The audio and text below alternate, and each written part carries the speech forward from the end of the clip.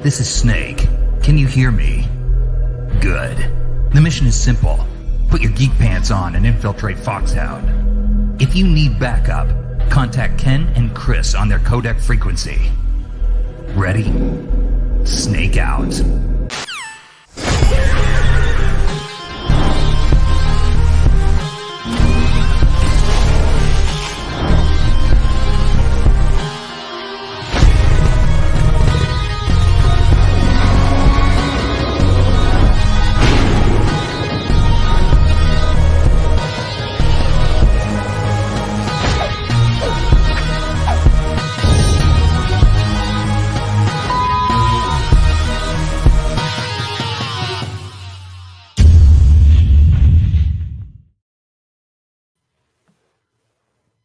What up?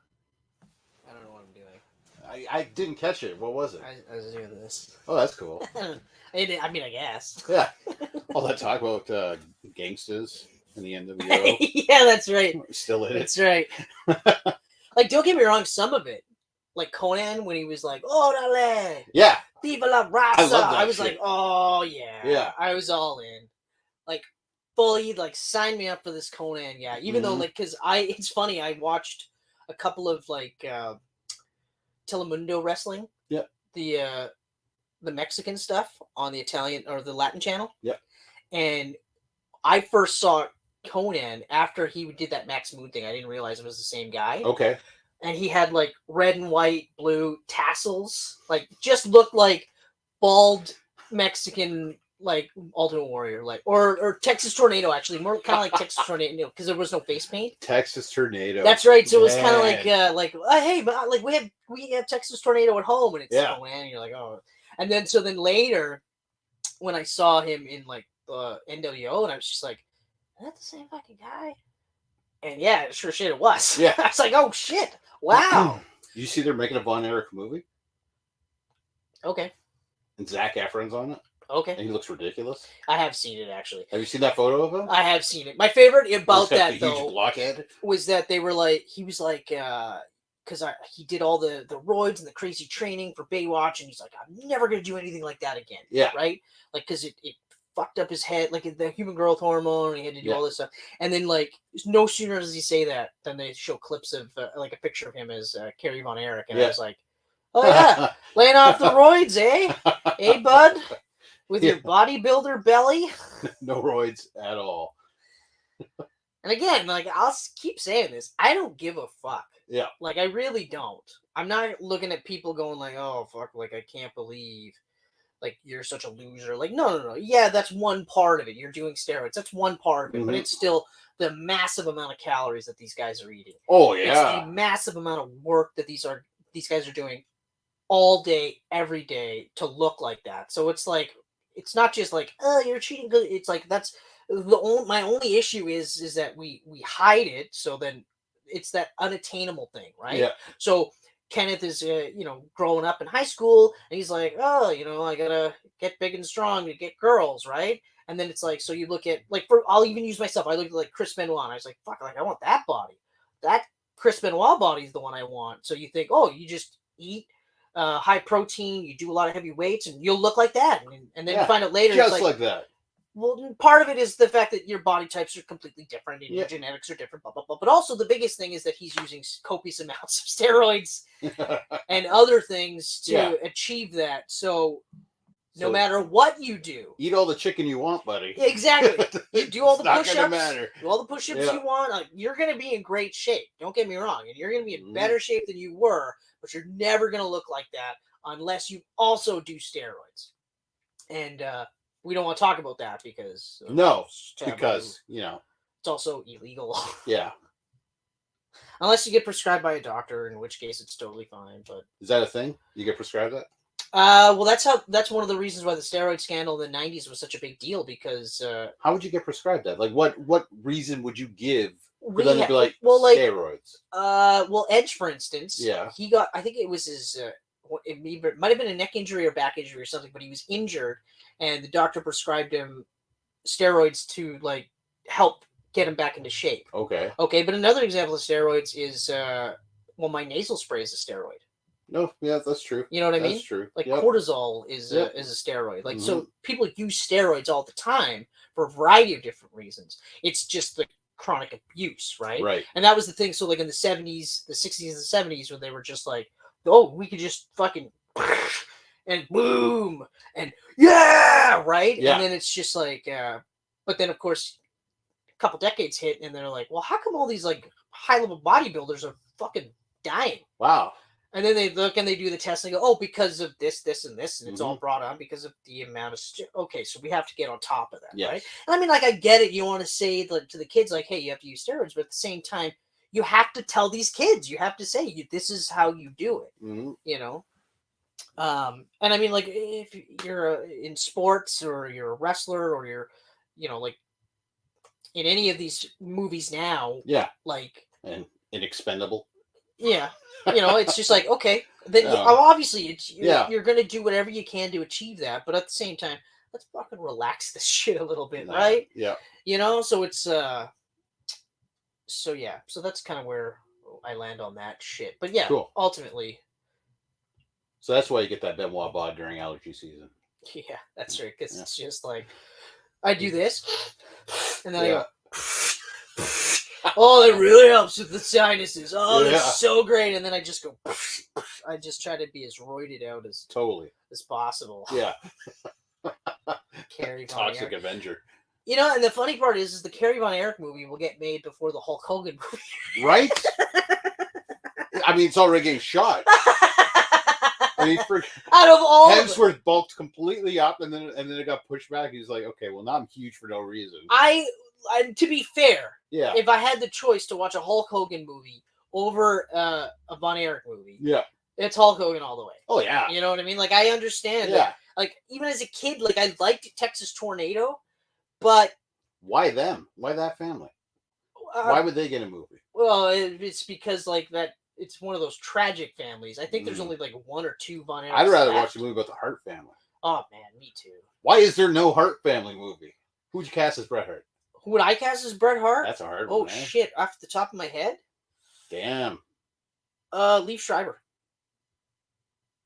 Is he too old? Sure, but in like Fantasyland. Oh, in Fantasyland. Okay. But that's the first one that I'm looking at where like he kind of looks like Bret Hart. Yep. But could also get like big, but like luckily for Bret Hart, like he was a muscular guy, but he was never shredded.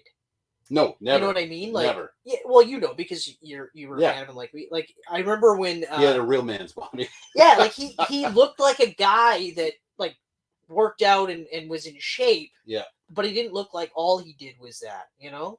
Like Lex Luger, for instance. Oh yeah. And no offense to Lex Luger, not to knock him, because again, like I said, a lot of work goes into that. Yeah. But it was a completely different thing. But also, again, like it was a different character, right? Because Bret Hart's whole thing was excellence of execution, right? Exactly. Right. He wasn't a body guy, and Scott Hall too. Like Scott Hall when he first came out, he was they get the mustache, and he was a ripoff of T.A. Magnum, and he was a ripoff of T.A. Magnum. And don't let anyone tell you he wasn't. And he was huge, like holy shit, huge. And even like Razor and the Diamond Stud, like he was a big fucking dude. But he was one of those guys that's like, hey man, don't make it all about your body, because that's the first thing to go. He gave Kevin Nash shit for it. They were walking down together. Oh yeah. And Kevin was like doing this, and he's just like, he was just like, don't do that, man. Like you make it about your body. Then what happens when it goes? And then Kevin was like, oh, okay. I don't know if that's the exact reaction. I just imagine Kevin. Oh, a light bulb. Yeah, but yeah. So Geek Pantsers, this is a big one for Kenneth and I. This is one we've been waiting for since 2018. Well, technically 2020. I mean, technically, because I mean, it was 2018 we weren't sure, that we watched Fallout. Yeah, we knew another one will come along, but will it be Christopher McQuarrie? Because that's always the thing. Yeah, will he come back? Well, after Fallout, I think we were like, he's for sure. He's got to come back. They're pretty much going to be. So now we got this 2-parter, and now I'm already like, part 2's not going to hear yet. And I'm already like, will he come back for the next one? I already was like, when do we get the fucking trailer? Yeah. For part 2. Well, part 2 is obviously he's in part 2. They should have had the trailer for the second after the credits of the first. That should have been the end credits scene. You're right. It I would have have 100%. Oh, I would have been like, yes. Yeah. Fucking right. Yeah. You know, but yeah. So finally, we get to talk about Mission Impossible: Dead Reckoning, Part One. Part one. But there's other things that we must discuss beforehand. Indeed. So we kind of hopped into wrestling a little right off the start. Should we just keep going with that? Might as well. I think we might as well, right? Might as well. So I find this is one of those things that is kind of funny to me because I've been saying this to you for a while now, and I was saying because you're like ratings, and I was saying to you, I keep saying like, yeah, but Ken, the ratings, they don't really factor that in as much as you think they, or as much as they used to. And then I had an epiphany after the most recent SmackDown number, which did this colossal number, right? Yeah. And the epiphany was, it's when the ratings are in the shitter, WWE tells you we don't care about the ratings. But when the ratings are like huge, then all of a sudden they're like, those fucking ratings, eh? Look at them ratings. Goddamn ratings are fucking through the roof. We did that without LA Knight being on the show. Yeah. Well, no, they did that entire segment was like the highest rated. Yeah, wasn't like 45 minutes Bloodline got for TV time or something? Yeah. Like, oh yeah. But then, fuck. But they maintained, but not as much. Right. There was a drop off. Now they probably would have maintained it a little bit better if LA Knight was on that show. Yeah. Just saying. Yeah. Yeah. But yeah, it's actually hilarious because they put the stuff with Hit Row on Twitter after SmackDown aired. It's like the dark match or whatever you want to call it. And that post had more hits than any of their Bloodline posts of the whole night. That's delightful. That is delightful. But again, that'll be a situation where they'll go, yeah, the Twitter doesn't mean it's all bots. The tweets, tweets. But if it was flipped and it was like the Bloodline stuff was through the roof, then they'd be like, well, that's because it's legit and it's good and we're awesome and everything about us is the tribal chief. And also, bots don't exist in Twitter now that Elon took over. Like, it's all just fucking... So it is just one of those things. Now, and having said that, I saw a couple of people getting a little gripey about the Bloodline story. I'm back in. I was saying last couple times, I was like, you know what? Like, it kind of lost it for me with Cody. I'm in, but now, like, I'm back in. I'm like, I'm watching the segments. I'm all in. And I can't wait to watch the match. I think the match is going to be fucking phenomenal. It'll be one of those star-making matches. The only unfortunate thing is I don't think Jay's going to lose. That's not unfortunate because he has to lose. He has to lose. He has to lose at this point. But then, I don't know. It just it feels like it was too soon to pull this. Like I felt like around Survivor Series or something closer to WrestleMania. No, I disagree. Really? I disagree because they already pulled this 2 years ago. Yeah, or almost 3 years ago now. I guess it's around the same time because they did. Yeah, because he returned at SummerSlam. So yeah. So and then like shortly after that, it was he won the triple threat, and then started doing the tribal chief, and then it was the Jimmy and Jay storyline where he basically like killed Jimmy so that Jay would or Jay was in, and then it was kill Jay so that Jimmy would join. Yeah, right. I think that's the correct Uso. But I'm so glad they have different hair now. Because now it's easier. Well, especially and Jimmy's heavier now. Like Jay is in the best shape of his life. Yeah. And he has been for quite some time. Yeah. Whereas Jimmy has been fluctuating, which again, I'm not gonna shit on people for that. I mean, it happens. I fluctuate too. You fluctuate. It's all good. So, but I don't want to be one of those situations where people are going to be like, he was fucking shitting on steroid people, and now he's shitting on fat people. I was like, no, I'm not shitting on anybody. What's next? The gays? No, because a couple weeks ago, he was saying that F word so many times. It's like, no. I'm not shitting on anybody. No cheats. There are some people I shit on, but these are not them. Yeah. Those are my people. But, so I'm back in. I'm honestly 100% back in. I'm 100% in. After Money in the Bank, I was like, "Oh yeah, this is good shit." And this is good shit. That was make or break for me too. If it wasn't going to be as good, although to be fair, if you're going to watch that match, if you're going to rewatch it, skip the first 10-15 minutes. Oh yeah, it was shit. A slow burn. 35 minutes of that. Way too first long. 15 Way too long. Was you and I both getting to the point where it's like, okay, this is going to suck dick, and then all of a sudden it just flipped the switch, and it was like, okay, this is like dick, but like, yes. Yeah, they're way better now. The good way. like, okay, so Roman beats Jay, Well, then after that, and then what? He's gonna go against Jimmy, or the talk now is they're going to be building towards the Solo Sikoa match. towards the Solo, but Solo's gonna stay heel. Solo's gonna become the new Tribal Chief, 100%. But I don't know. If Solo's heel, I don't know. you think he would go face? He's going to align with his brothers to fight Roman. You can't, the way they're building the heel in, like, Roman's heel right now. Yeah. Because they've stripped away the Usos. Mm-hmm. Okay. They're on the cusp of stripping away Solo. Remember the scene where he, Jay kicks out? Yep. Okay. And Roman is almost crying. Yeah, and Solo snaps. And Solo's like, come on, man. What are you doing? What are you doing, right? Yeah.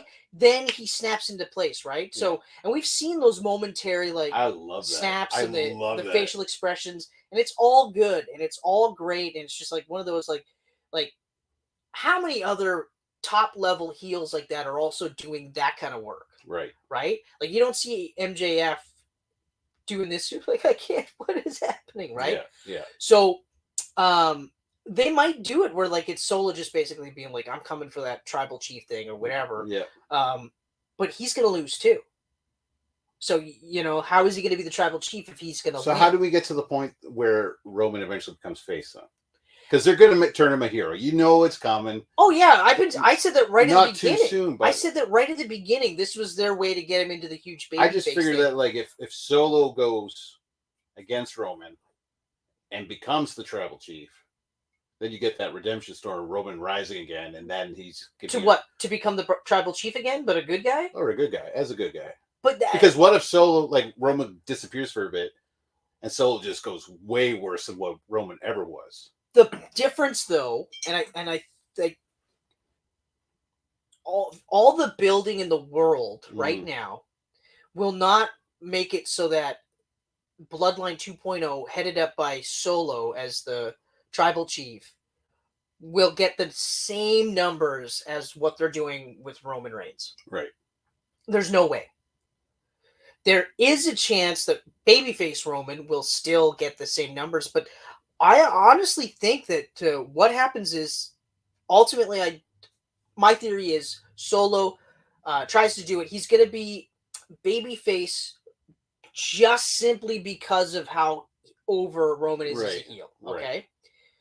However that match shakes out, which he's losing. Solo is losing. He's not winning the title, and he's not becoming the tribal chief. Okay.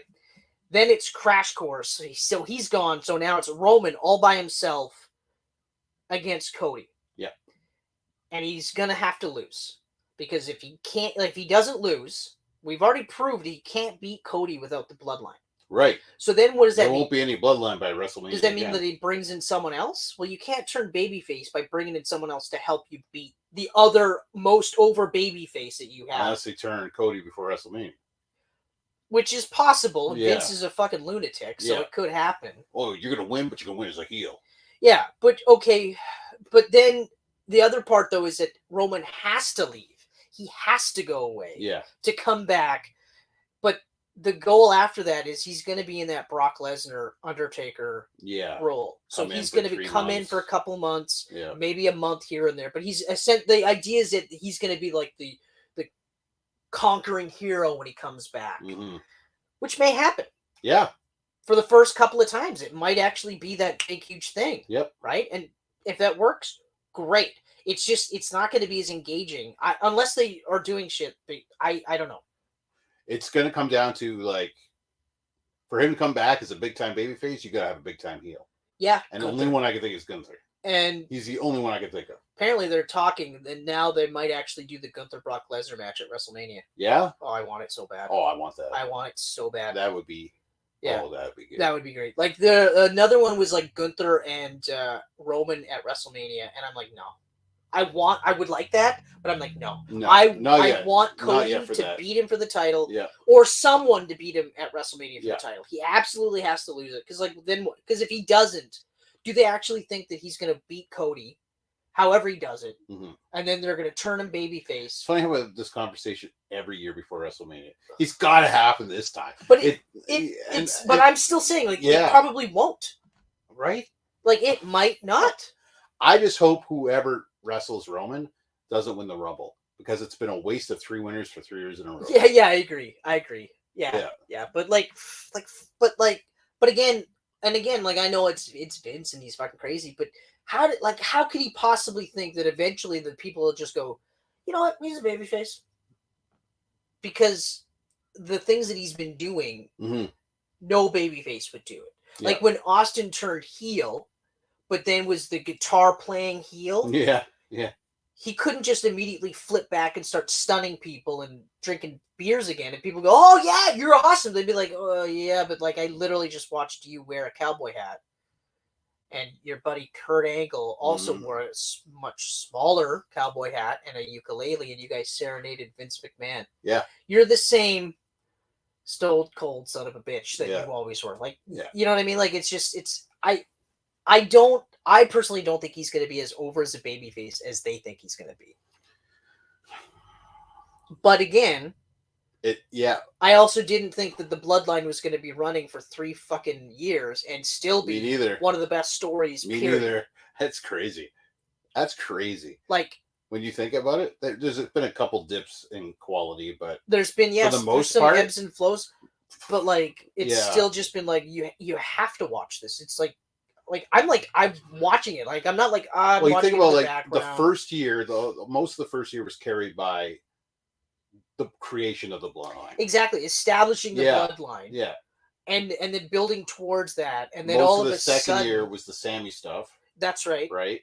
And now we're here. Now it's the breaking down of the bloodline, and it's just it's so compelling. It is so compelling. Yeah. So I mean, like, if it's again, like, if it's the same people involved, and I have no choice but to think like they'll do it. Like, they'll flip him babyface, and he'll be very well received.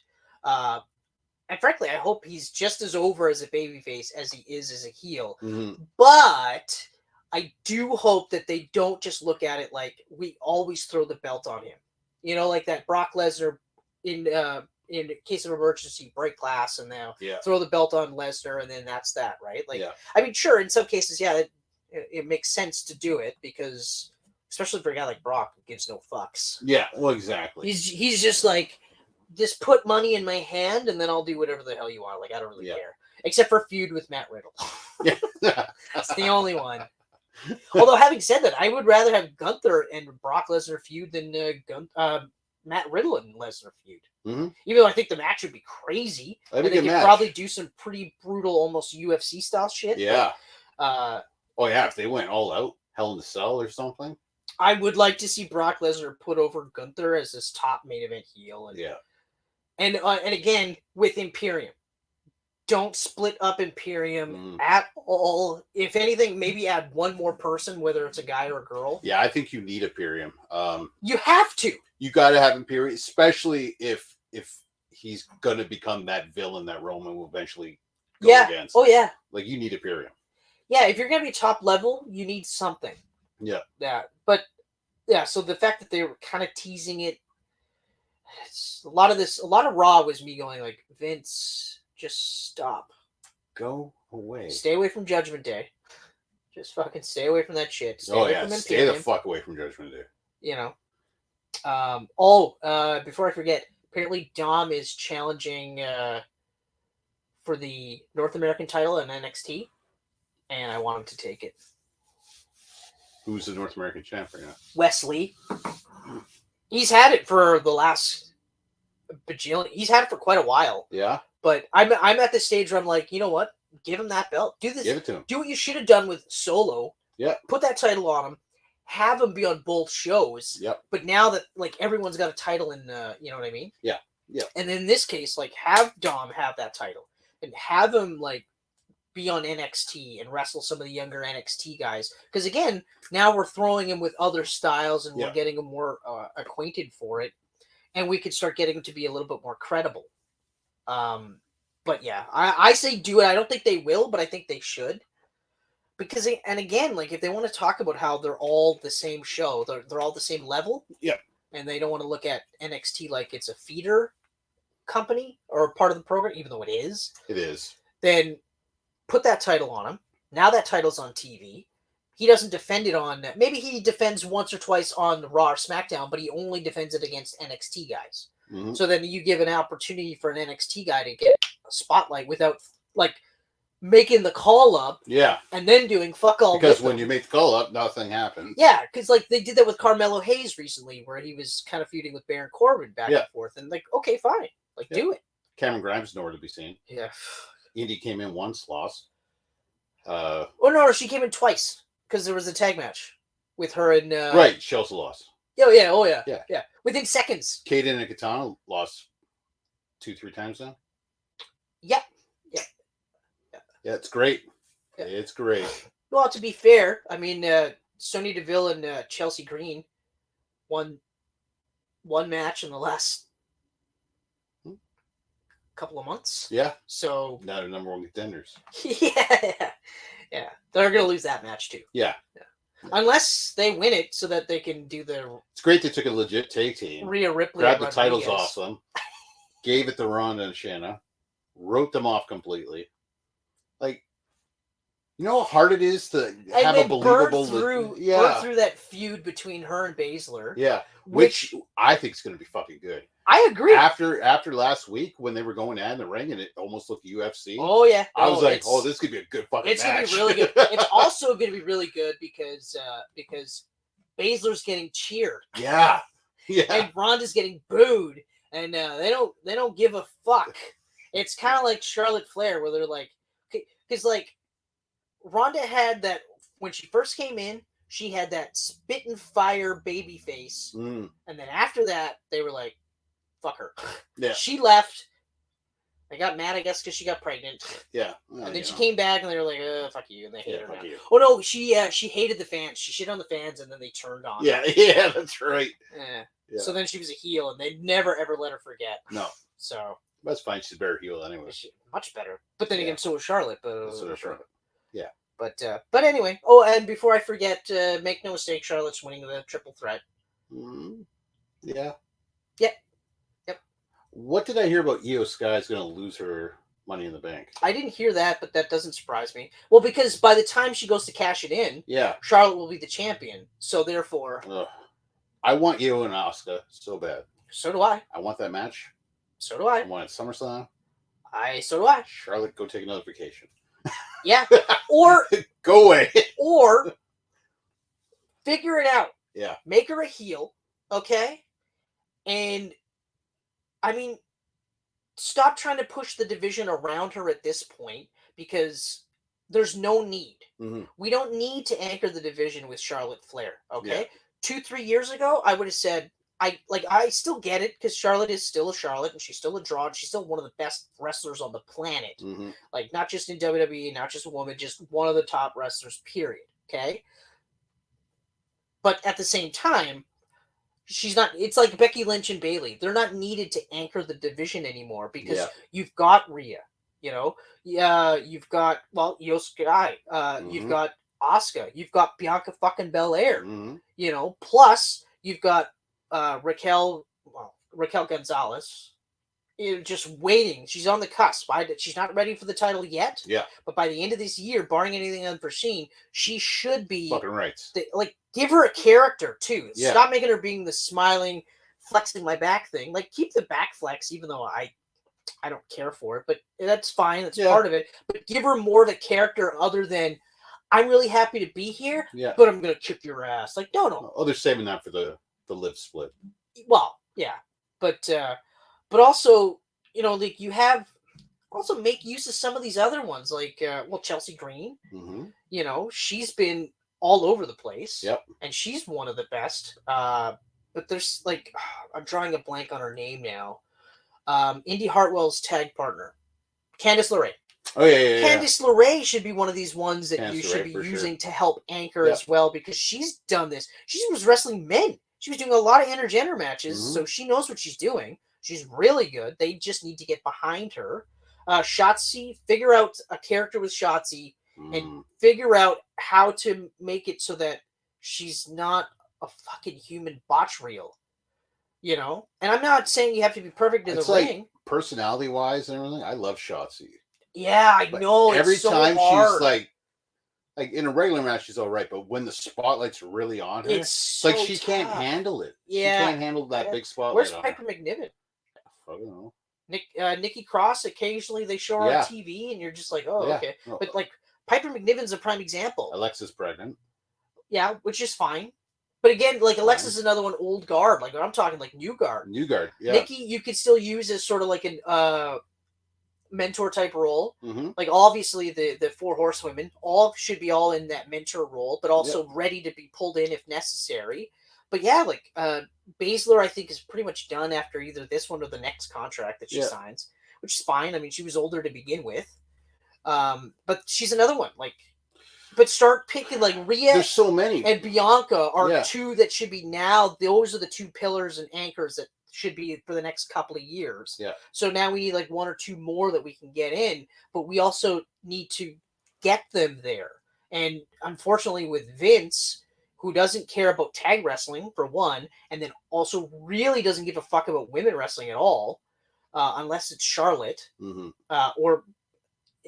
But even Lacey Evans I was going to say Lacey Evans, but even she's one where it's just like, figure out. Oh, she deserves so much better. I love Lacey. I was a huge fan of her in NXT. Yeah. I loved her like wartime gimmick. Yep. Where she had like literally like she was almost like a flopper, but it was mixed in, and she was a babyface. Mm-hmm. She was just a military mom who kicked ass and had a specific look, and then they did the fucking Southern Belle heel gimmick, and immediately I was like, oh my god, no. Why? No. And then they went like, well, now you're with Flair, and I was like, this is even worse because you're not gonna feud with Charlotte. Yeah. And this is the only time she's now you're pregnant with Rick's kid. Yeah, exactly. I'm glad they dropped that. I'm glad they dropped that. Oh my god. And then I was just getting flashbacks of a fucking hand. And then they do that whole like story where she's telling about her family, and I'm like, oh my god, now we can do big baby face. And then Vince's like, we're gonna turn her heel. Like, fucking Christ, man, just stop. Yeah. And now she's doing a Sergeant Slaughter gimmick. This is a ripoff. That Sergeant Slaughter is pissed about. Yeah, but shut the fuck up, man. Yeah. You're the only one that did a military gimmick. She's using the camel clutch without asking me permission. Well, I'm pretty sure they. Did he own the move? Did he create the move? Pretty sure the Sheik did it before him. Yeah, 100% he did. Yeah. Fuck. And I'll tell you right now, the Iron Sheik would not have given a shit. No, he'd give no shits. He probably would have said she should blow him. Other than that, he'd also say fuck Hulk Hogan. That's right. Yeah, totally unrelated. I will fuck Hulk Hogan. You're like, okay, fuck cool, Hulk Hogan. Cool. Glad to hear that. But so all at this point, I'm like, and AEW is not doing much better, to be honest. No. Regardless, but I check in every now and then, and I'm just. But yeah, so overall, Bloodline is still one of the tops for me. Judgment Day is still one of the tops. Imperium still one of the tops. I'm happy to see Riddle back. He seems like he's in good health. And he actually works well with Drew. Oh, fuck yeah. That tag match was friggin' pretty good. Yeah, Drew, I'm happy Drew's back. I really hope they hammer out a deal. I'm happy he's back. I really hope they hammer out a deal because that will be one that they'll miss, whether they admit it or not. But they should. He's another anchor. Oh, yeah. Like, he's a fucking anchor that they should have been fucking saying, okay, like... I mean, Roman's going to be gone soon, guys. Not only is he going to be gone soon, he's going to be in that Brock stage. Hollywood, he's not going to be there all the time. Hollywood's calling. And Hollywood's calling, and for good reason. Yeah. Okay? And good for him if that happens. Like, fucking right. Call the Usos while you're at it. Yeah, exactly. Do whatever you can. Bring your whole family. Make a Bloodline movie series. I'd watch it. I'd watch the fuck out of it. Fuck yeah. So that's my wrestling roundup. Yeah. Overall, it's some of the best I've watched in years. Yeah. I'm glad that I'm not at that hate watch stage. Mm-hmm. There is still room for improvement. Yep. You know? And unfortunately a lot of it is just it's never gonna happen because Vince is Vince and he's still there. Yeah. And he's a racist. He's even more evil sexist, now since he grew that mustache. Oh yeah, fuck. The uneven bullshit. Your mustache is crooked. Yeah. Macho. And also died. And he doesn't do anything to try and make it look natural. Yeah. It's almost like shoe polish. Like he fucking did it himself. And everyone's just like, you look like you're a fucking 80-year-old man with like shoe polish in your hair. What are you talking about? I'm not 80. I'm 75. Yeah, but you look like you're 80. I'm sorry. Did you see that fucking fan edit where they had Vince as Gomez and they did Linda like Morticia, and then they shrunk down Steph and made her Wednesday, and then they made fucking Shane bald and punchy. And it was like the McMahon family. that is, oh man, fuck. Actually, dude, that was so totally funny. In all fairness, and I never thought I would say this, but in all fairness, like, you don't fucking see pictures of Linda with like giant lips. Yeah, you know what I mean. Like, she just like, well, she always looked old to begin with. Like, yeah, she did. I remember when I seen her the first time I seen her, and I was just like, huh. And then I was like, you hear like the cheating rumors and stuff like that, and you're just like, oh, okay. And then you just kind of go, oh, what is she gonna do, really? Like, that's her cash cow. You know, maybe there's a prenup deal and she can't fucking touch any of his money. Who knows? Well, yeah. But also, again, at her age, what is she gonna do? Really?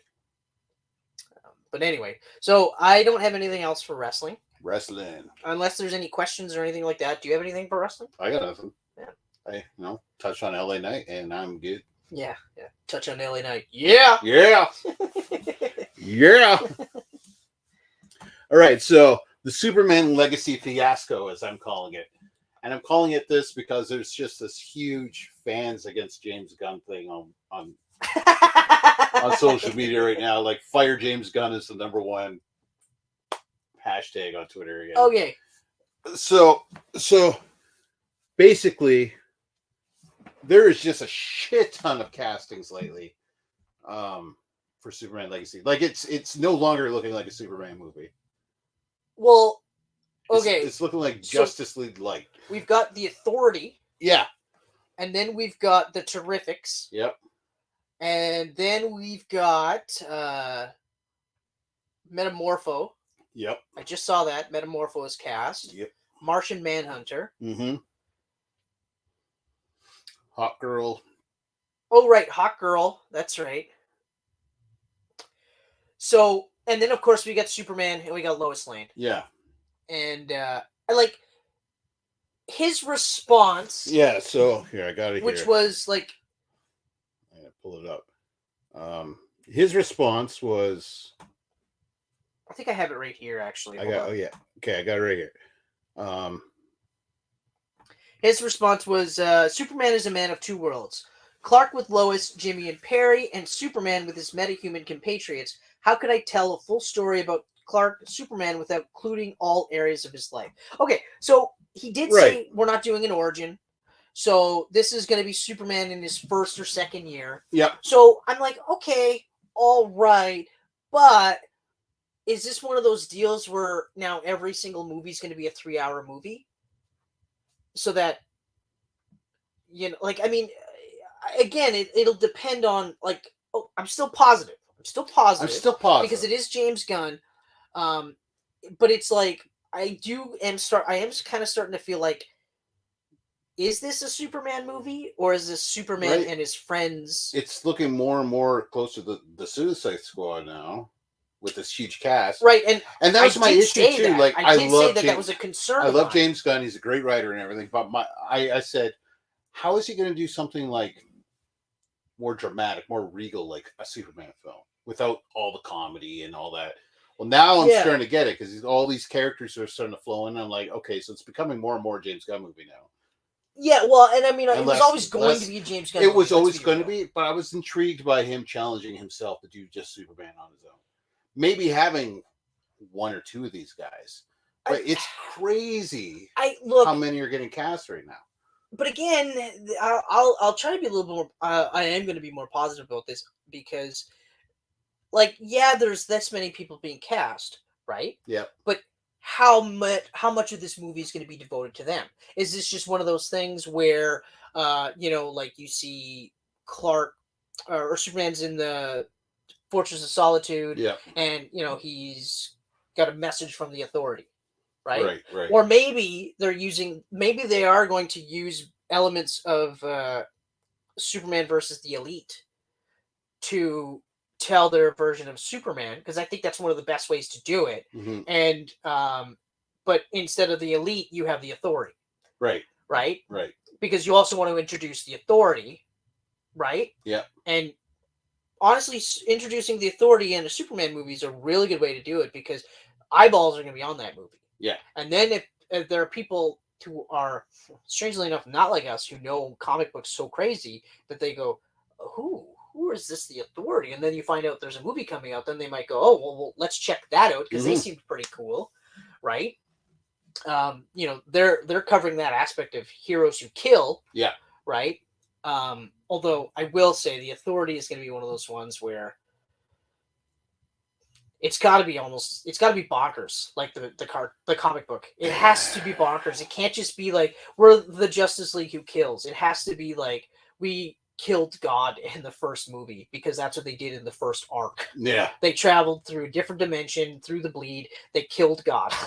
Like, okay, but like whatever, regardless. But maybe that's how they're doing it, you know, and maybe like Green Martian Manhunter is like in Justice League Snyder Cut, where he's just literally behind the scenes, but then at the end of the movie, you go, "Oh, that's Green Martian Man." Like we all know because of the cast. Yeah, if we're getting stuff like that, I'll be fine with it. It's got to be a Superman movie, and it's got to focus on him being Superman, and just like the stuff we were saying in the beginning, where it's like he's just a really good guy that was raised in the Midwest with these Midwestern values, and at the end of the day, he's still a good guy doing the right thing amongst a world that, you know, maybe like some of them want these people to be killed and some of them don't want them to be rehabilitated and stuff like that, you know? So there was aspects where I'm like, okay, like this sounds, you know, like, and I'm not looking for Superman to be smiling in every fucking scene. You know what I mean? But like, I don't want him to be morose, like in the Man of Steel movie, which is the only real complaint that I have. And again, this is the first time he's ever done this, so all he's ever done is hide himself. So of course he's going to be morose. Yeah, right? yeah. You know, it's shitty that in the Batman v Superman, which should have been the sequel, he was still morose. Yeah, it's like he saved the world, and people are like, "Fuck this guy." Yeah. Fuck him, and Batman's killing people, and you're like, what? But sure, you know, so like it was just, there was nothing like very hopeful about it. And even in the Whedon cut for Justice League, it was great to see him smile and be in the blue suit and be like, you know, I'm a big fan of Justice. Like that was really cool. But that was like one cool part in an otherwise morose, depressing movie. Like, you know, again, they had to bring him back to life and stuff, but still, it's just like Superman's one of those ones where it should be a very positive, uplifting movie, even if they're dealing with some dark shit. Because again, this is a guy that's like saving the world. Yeah. Right. So I don't know. I'm not as hopeful as I was. It's tough because like I know it's going to be good. I know it's not going to be a bad movie because I love James Gunn. I haven't seen a bad James Gunn movie ever. Exactly. Ever. Yep, So I agree. It's going to be a good movie. But I really want a great Superman movie. That's where I'm at. It's going to be a great we haven't movie. had a Superman movie since Man of Steel, and that's a decade ago. I know. I want another Superman movie. I want like a Superman movie. I want a Superman movie. I want a movie where I can go like, yes. Yeah. All right. Exactly. You know? And I think like even just the fact that like he was saying All-Star Superman was one of his references, like what he's kind of like, and I'm like, yep, do that. Like that's perfect. You know, there's a lot you can pull from that version of the character, which I think is one of my favorites, you know, but and I think Superman versus the Elite, or in the comic books, it's like whatever happened to Truth, Justice and the American Way, or whatever. That's what it was. Yeah. Okay. Anyway, I think that's probably one of the best ones because it's very meta in the sense that even in the book and even in that cartoon, they're saying like, what's so good about being the big blue Boy Scout? Yeah. You know, and there's like a bunch of people that are like, yeah, the Elite fucking kills them. Yeah, fucking rights. And then that whole big scene where he like kills the Elite. And then it's just like, yeah, but no, I'm never going to do that. Because people were like, no, not you. Like even fucking Manchester Black was like, you out of all, you're the one who did this. And then he's like, nah, fuck. And then he does that dream speech. Yeah. Fuck. Like, I would be like happy tears like down my face. I'd be like, dreams do lift us up. They really do. Gunn, you did it. You gave me that movie. You know, like, I don't think it's much to ask to have that same feeling that I was a kid watching Superman the motion picture and being like, that's what I want to feel like. I want to feel like that every time I watch a Superman movie. Yep. You know? Yep. And then that way, if you want to redo the death of Superman, well, then it's even more impactful because you had 2 movies where we're falling in love with this character. Yeah. And we're looking at it like, yeah. But do it properly. Exactly. You do Death of Superman, wait till the end of your 10-year run. Yeah, exactly. Or don't do that. Don't do it in the second movie. Yeah. Yeah. Don't do it in the second movie. Yeah. The second movie that's also kind of a first movie for one of the other characters and a backdoor pilot for the third character. Yeah. And give me the weirdest Lex Luthor ever. Mm-hmm. But even like, he had said that Eisenberg said that he originally was cast for Riddler. Way better. But even then, his portrayal, I would have found that fucking annoying for Riddler. Yeah. Like thunderbolts, boom, and all this weird like the ticks and stuff. It was like, okay, fine, like that's all well and cool, but at the end of the day, I'd still just be like, I can't fucking take you seriously. Mm-hmm. And with the Riddler, sure, there's been plenty of versions of that character being a joke. Yeah. But like Hush Riddler was chilling.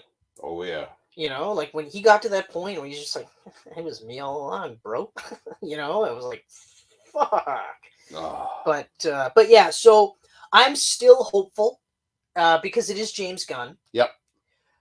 And also we're still a few years out. I mean, who knows? Maybe it's the same thing that they've been doing, like all this. They throw some shit out and then gauge reaction. Yeah. So the fact that people are like, fuck this shit, you know, they have to weed through the amount of just people that constantly have that reaction though, because there's a lot of like gatekeeping for Superman, right? And like that's why I'm using like that version and this version, because it's, you know, like they're all Superman, but they're all different versions, right? Yeah. Like unless he comes out and says, okay, Superman Legacy will be like the Superman from Injustice, well then I'll go, okay, fine, thanks for telling me, I'll still watch it, but I'm not too excited. Fuck this. Yeah, Fuck this shit. Fuck this. But yeah, so I mean, like I said, hopeful, but I'm not as hopeful as I was. Yeah. Especially because it'll be in Trunks too. I really hope they don't. I really hope they don't. They're gonna though. They are going to. Yeah. They are going to. Yeah, it's 100% gonna. How do we stand more apart from Zack Snyder stuff? Put Trunks on them. Even though, like, only the diehards are really asking for it, and even then, like, because I'm on the Superman subreddit, and there are quite a bit of people that are doing Trunks, but there are. It seems like just as many are going like, Trunks look ridiculous. Yeah, like you're just beholden to your classic version of Superman. Yeah. Okay, because like, I mean, shit.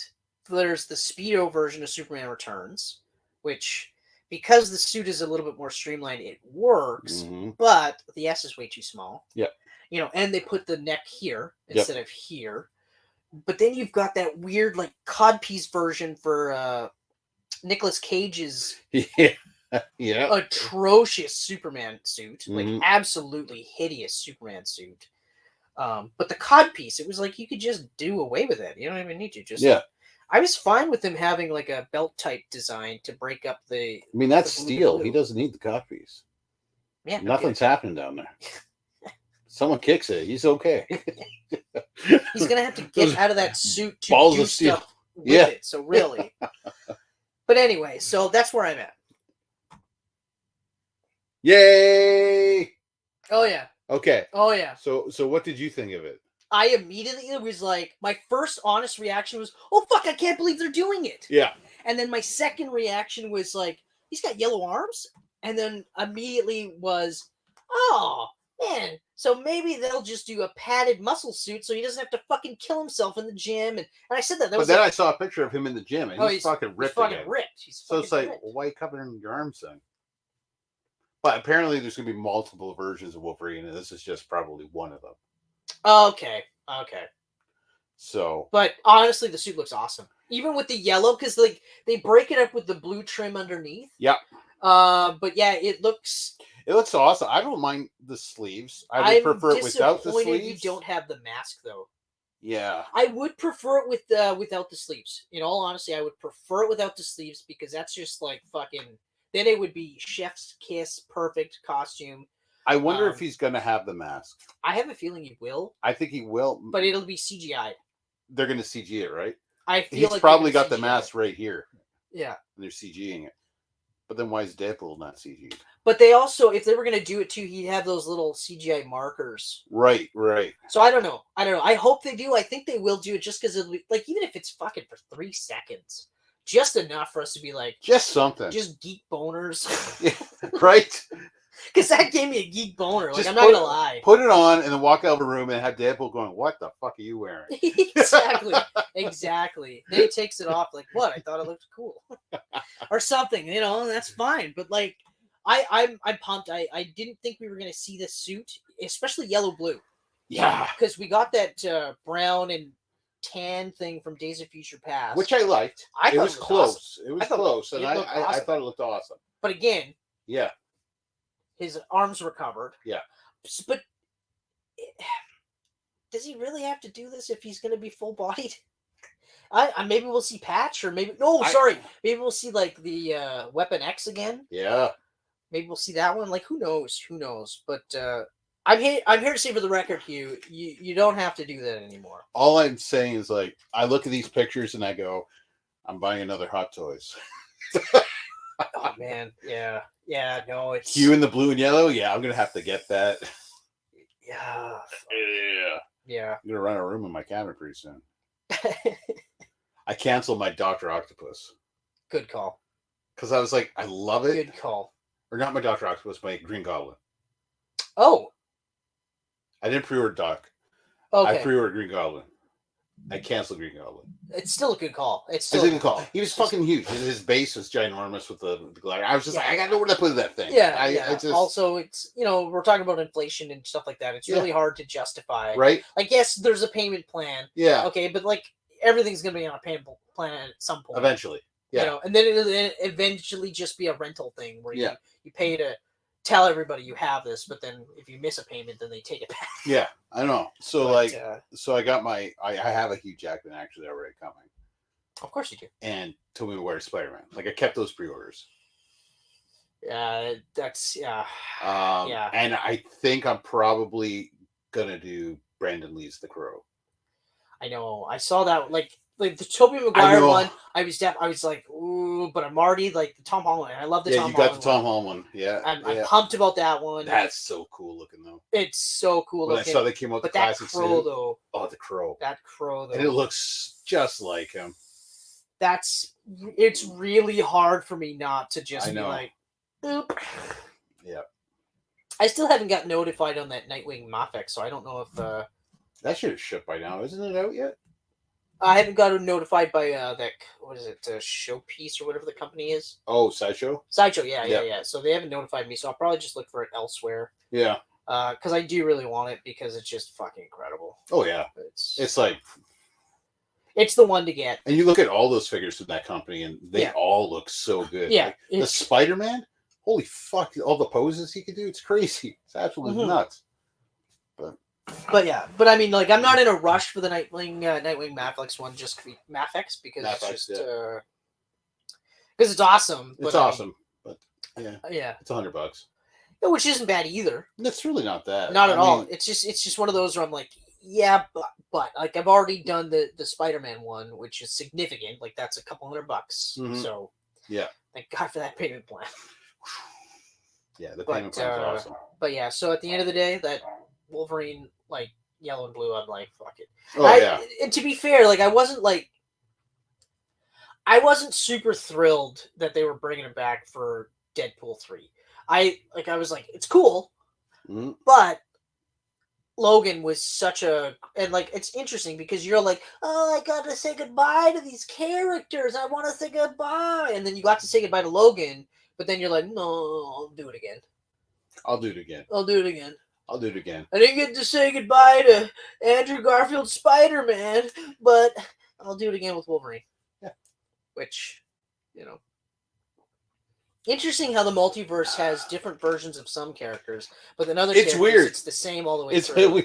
yeah, different actors across the board, but this actor's the same in every universe. Yeah.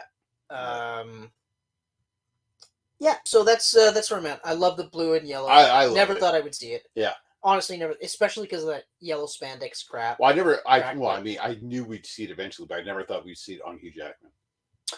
Yes, And that's right. That's the That's thing right. for me that's just like, yeah, so I mean, we've been watching this guy. I fucking thought about it the other day. I'm like, 23 years. 23 years. It's fucking. We were teenagers when he started playing this character. Now we're not. We're 40 now. Ish, because you and I are coming up on 41. We're still 40. That's right. We're still 40 till the day it hits. Yeah. That's right. Yeah. That's right. But yeah. like so. Yeah, I'm all in. I can't. I was already always going to be all in on Deadpool 3 for sure. So yeah, we'll see what happens. Yeah. All right, our cult classic's dead. This is interesting. Because someone wrote. Where's the picture here? Right here. Okay. So someone put this on Twitter. Yeah. Which is really small on here. Yep. So discussing film said Crater, starring McKenna Grace from has been removed from Disney Plus due to cost-cutting reasons. The film just released on Disney Plus May 12th. Yep. Just came out and they've removed it already. It's gone. It's not available anywhere. Yep. So then this guy says there will never be another cult classic. If your movie or show underperforms, it will be removed from sites, and that the eventual groundswell of support that turned everything from Blade Runner to Heathers, from disasters, flops to huge successes, will never find it. The end. So I thought that was interesting. That is interesting because it is kind of true in this digital age. Will cult classics die? Because they're going to, rather than just existing on a VHS shelf and you slowly discovering it, they're just going to get removed from service. Yeah, because I was going to say, like, nowhere. It's hard to say if they'll die because we don't know what's a cult classic right now. Right now. Right? This Crater might have been, but it was on Disney Plus for a month and it's gone now. Yeah. But that's actually, I never really thought of it like that too, because of course, like we're like blockbusters age, right? Yeah. We're in the, and yeah, you're right. Like, but we've been talking about this. We're past the point where studios will grant, a script from an untested writer, because it used to be like, even Spielberg said recently, he's like, there's no young directors out there. Yeah. And in the 70s and the 80s and even in the early 90s, it was common practice to give, a young director a movie with a bit of a budget and say, okay, we'll see what you can do, Yep. Because, like, wasn't he, like, in his 20s when Jaws was made? Oh, yeah. You know what I mean? Like, yeah. Well, I mean, like, I think Duel, his first movie, was based off of what he did in university. So, like he did, like, a student film, and then he did Duel off of that. Exactly. So, and I think Jaws is what, his second movie after Duel? I believe so, if I remember correctly. So he's got to be like maybe 21, 22 when he did Jaws. And so, and then like, and if you think about that now, like today, like the closest we had to that was when Marvel was taking indie directors. Yeah. And saying, okay, no, here's this, and of course now they're still doing the same thing, but they're also doing this where they're like, no, do this exactly like this. Yeah. As opposed to before this, where they were like, we want you to do this your way, and then we can work together on that. Whereas, because we said like there was a template that they had, but there was things that you could go in and around the template. Whereas now it's like, if it's not that template, then fuck that shit. Yeah.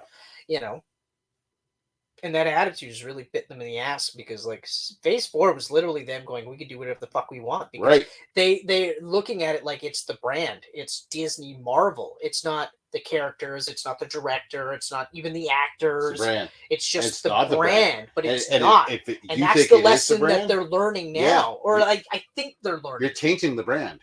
That's right.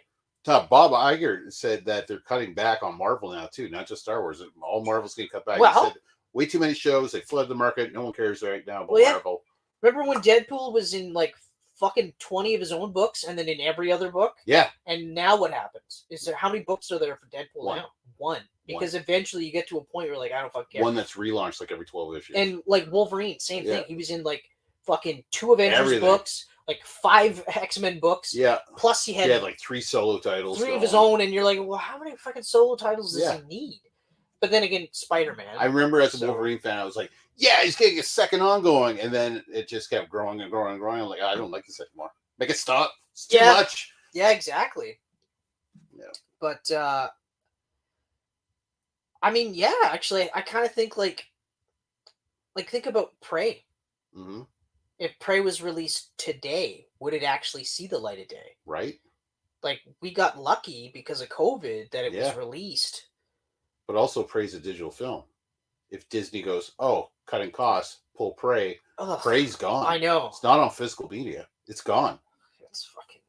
I fucking hate it. And that's the other part that pisses me off too, is that like, okay, so you do these streaming services, right? Yeah. And then you're right, like they're at any point in time, like, well, Netflix with Daredevil. Mm-hmm. Season 2, 1 and 2 got releases, but season 3 did not. And then, well, now you're just kind of like, okay, well, and of course now you can't watch them on Netflix at all. No, you know, they're on Disney Plus. They're on Disney Plus until whenever they decide. Exactly, you know.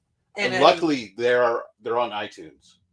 So okay, you can buy digital copies at least. Okay. So that's nice. Yeah, I have access to it, so I mean, I can put it on a hard drive, so it's not the end of the world for me. But again, I'm lucky in that sense. Not everyone has that case, and I mean, sure, not everybody cares because well, I mean, we'll talk about Mission Impossible, but I own all the Mission Impossible movies. Yeah, I primarily watch them on streaming services because it's just easier that way.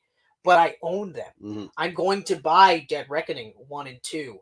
And if there is a 9 and a 10, then I'm buying those too, unless they're absolutely like out to lunch fucking garbage. But, you know, I will be owning those. But even just recently, I've been waiting for them to announce the fucking full copy release of Ant-Man 3. And I have yet to hear it. I keep hearing the streaming and streaming and streaming. Ant-Man 3's been out for months. I have it. But I kept hearing like they're streaming. But no digital copies. It's out. Or digital copies, but no. It's out, but there's no marketing for it. Well, what do they care at this point? And really, we have no place to buy movies anymore besides a stand at Walmart. Yeah, or online, like obviously. Or Sunrise for jacked up, ridiculous price. True. Amazon. Amazon. You know, Amazon is where I would do it. It's usually where you got to go these days. Well, now you have to go that route. Because, because even Best Buy's got nothing now. They got... Well, they have new releases. That's... the tiniest little rack at the front, that's it. Yeah, but I don't know. Like, I mean... Hurts me. Yeah. Oh, yeah. No, it does. It does. It hurts me too. It's but yeah, so it's I have to say, so like, it's, I don't know if they're dead, but they're dying. They're definitely dying. Yeah. Because like I was gonna say, well, no, because like there's always gonna be cult classics, the ones that we grew up with. But will there ever be a modern cult classic? Well, Cocaine Bear in this digital age. Oh fuck. Yeah. Cocaine Bear is a cult classic. Yeah. Violet Night is a cult classic. Yep. You know, we got lucky though. We got lucky. Those 2 movies, especially, we got lucky. Like. I'm glad we saw them in the theater too, because we did our part. We did our part to help out. Hey, Violent Night 2 is going to happen. I know. I can't wait. Yeah. I mean, I can, but I can't at the same time. I can. I want it to be. I'm going to have to. I don't want it to be a rush job. I want it to be good. Yeah. But you know, but yeah, I mean, but then again, that's also part and parcel with the movie industry, though. Yeah. I mean, the actors and stuff, they're actually striking now because. SAGTA or whatever the SAG-FATA, whatever the hell thing is. Yeah. They're basically just actors like are going they're just today. like, yeah, cool. Fuck you. Yep. Because if we can do a script by just doing this, then we don't need any of you. It's sickening what these studios are saying. Oh, like, well, we're gonna spread out this writers' strike till the fucking fall. Maybe once they start losing their homes and can't feed themselves, exactly. Maybe they'll come knock on our door. Yeah, then all of a sudden, our piddling amounts of money that we're offering them will suddenly be like, good. That's why I'm really happy the actors are going on strike now, too. I love it. I even love the fact that the ones that are already giving support and stuff like that, where they're like, we're nothing without you. Yeah. You know, you're like, I wonder yeah, what side James right. Gunn would fall on, being now that he's kind of like the co-head of DC Films, but he's also a writer and an actor. I don't know. Tough spot. Yeah, but he's in the upper echelons. Yeah, he's in the group of people that are saying, no, go ahead. We want you to eat scraps. But I'm being flippant. I don't honestly think that James Gunn is one of the ones that's like, no, I want you to eat nothing. I want you to suffer until the point we usually do whatever the fuck we want. You just accept our piddling terms. Yep. But then again, I go back to that. But what do they think is going to happen then? Do they suddenly think that the movie industry is just going to be a huge boom again?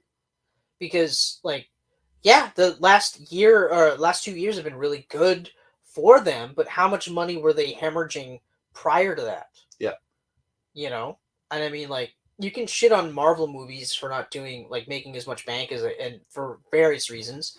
Same with Star Wars too, for various reasons. But what happens when a movie like Oppenheimer bombs? If it bombs, what happens then? Do they then go, well, you know, the audiences aren't going to see, you know, certain types of movies, and it's like, well, yeah, no, they are going to see certain types of movies. You know, they're going to see these big blockbuster movies that are also good movies, you know? Yeah. But like would The Arrival be made today? I don't think so. No. You know? The only reason we're getting Dune 1 and 2 and 3 is because of the groundwork that Villeneuve had to do to get to that point. But Dune 1 was successful during the pandemic. Yeah. It'll be interesting to see how Dune 2 does, because with this new guy in charge of Warner, Dune 2 doesn't pull it. Yeah. And Dune 3 gets canceled. And we get no ending. Canceled. We get no ending. Dune 3 is getting canceled for two reasons. Because he's all he wants them in the theaters, which is good. Yep. Okay. I liked the Tom Cruise model where it was like, because they were like, at the time Max was doing 45 days. Yeah. And Tom Cruise was saying, no, give me at least 3 months. Give me at least 3 months. And I'm like, yeah, do that. Yeah. Do 3 months in the theater. Okay. But gauge it too. Like, you know, I hate to kick Oppenheimer because I think it's going to be a great movie. It's a weird summer release. It's a weird summer release. Especially huge budget. In between, you know, Barbie and Mission Impossible. It's not whatever. Yeah.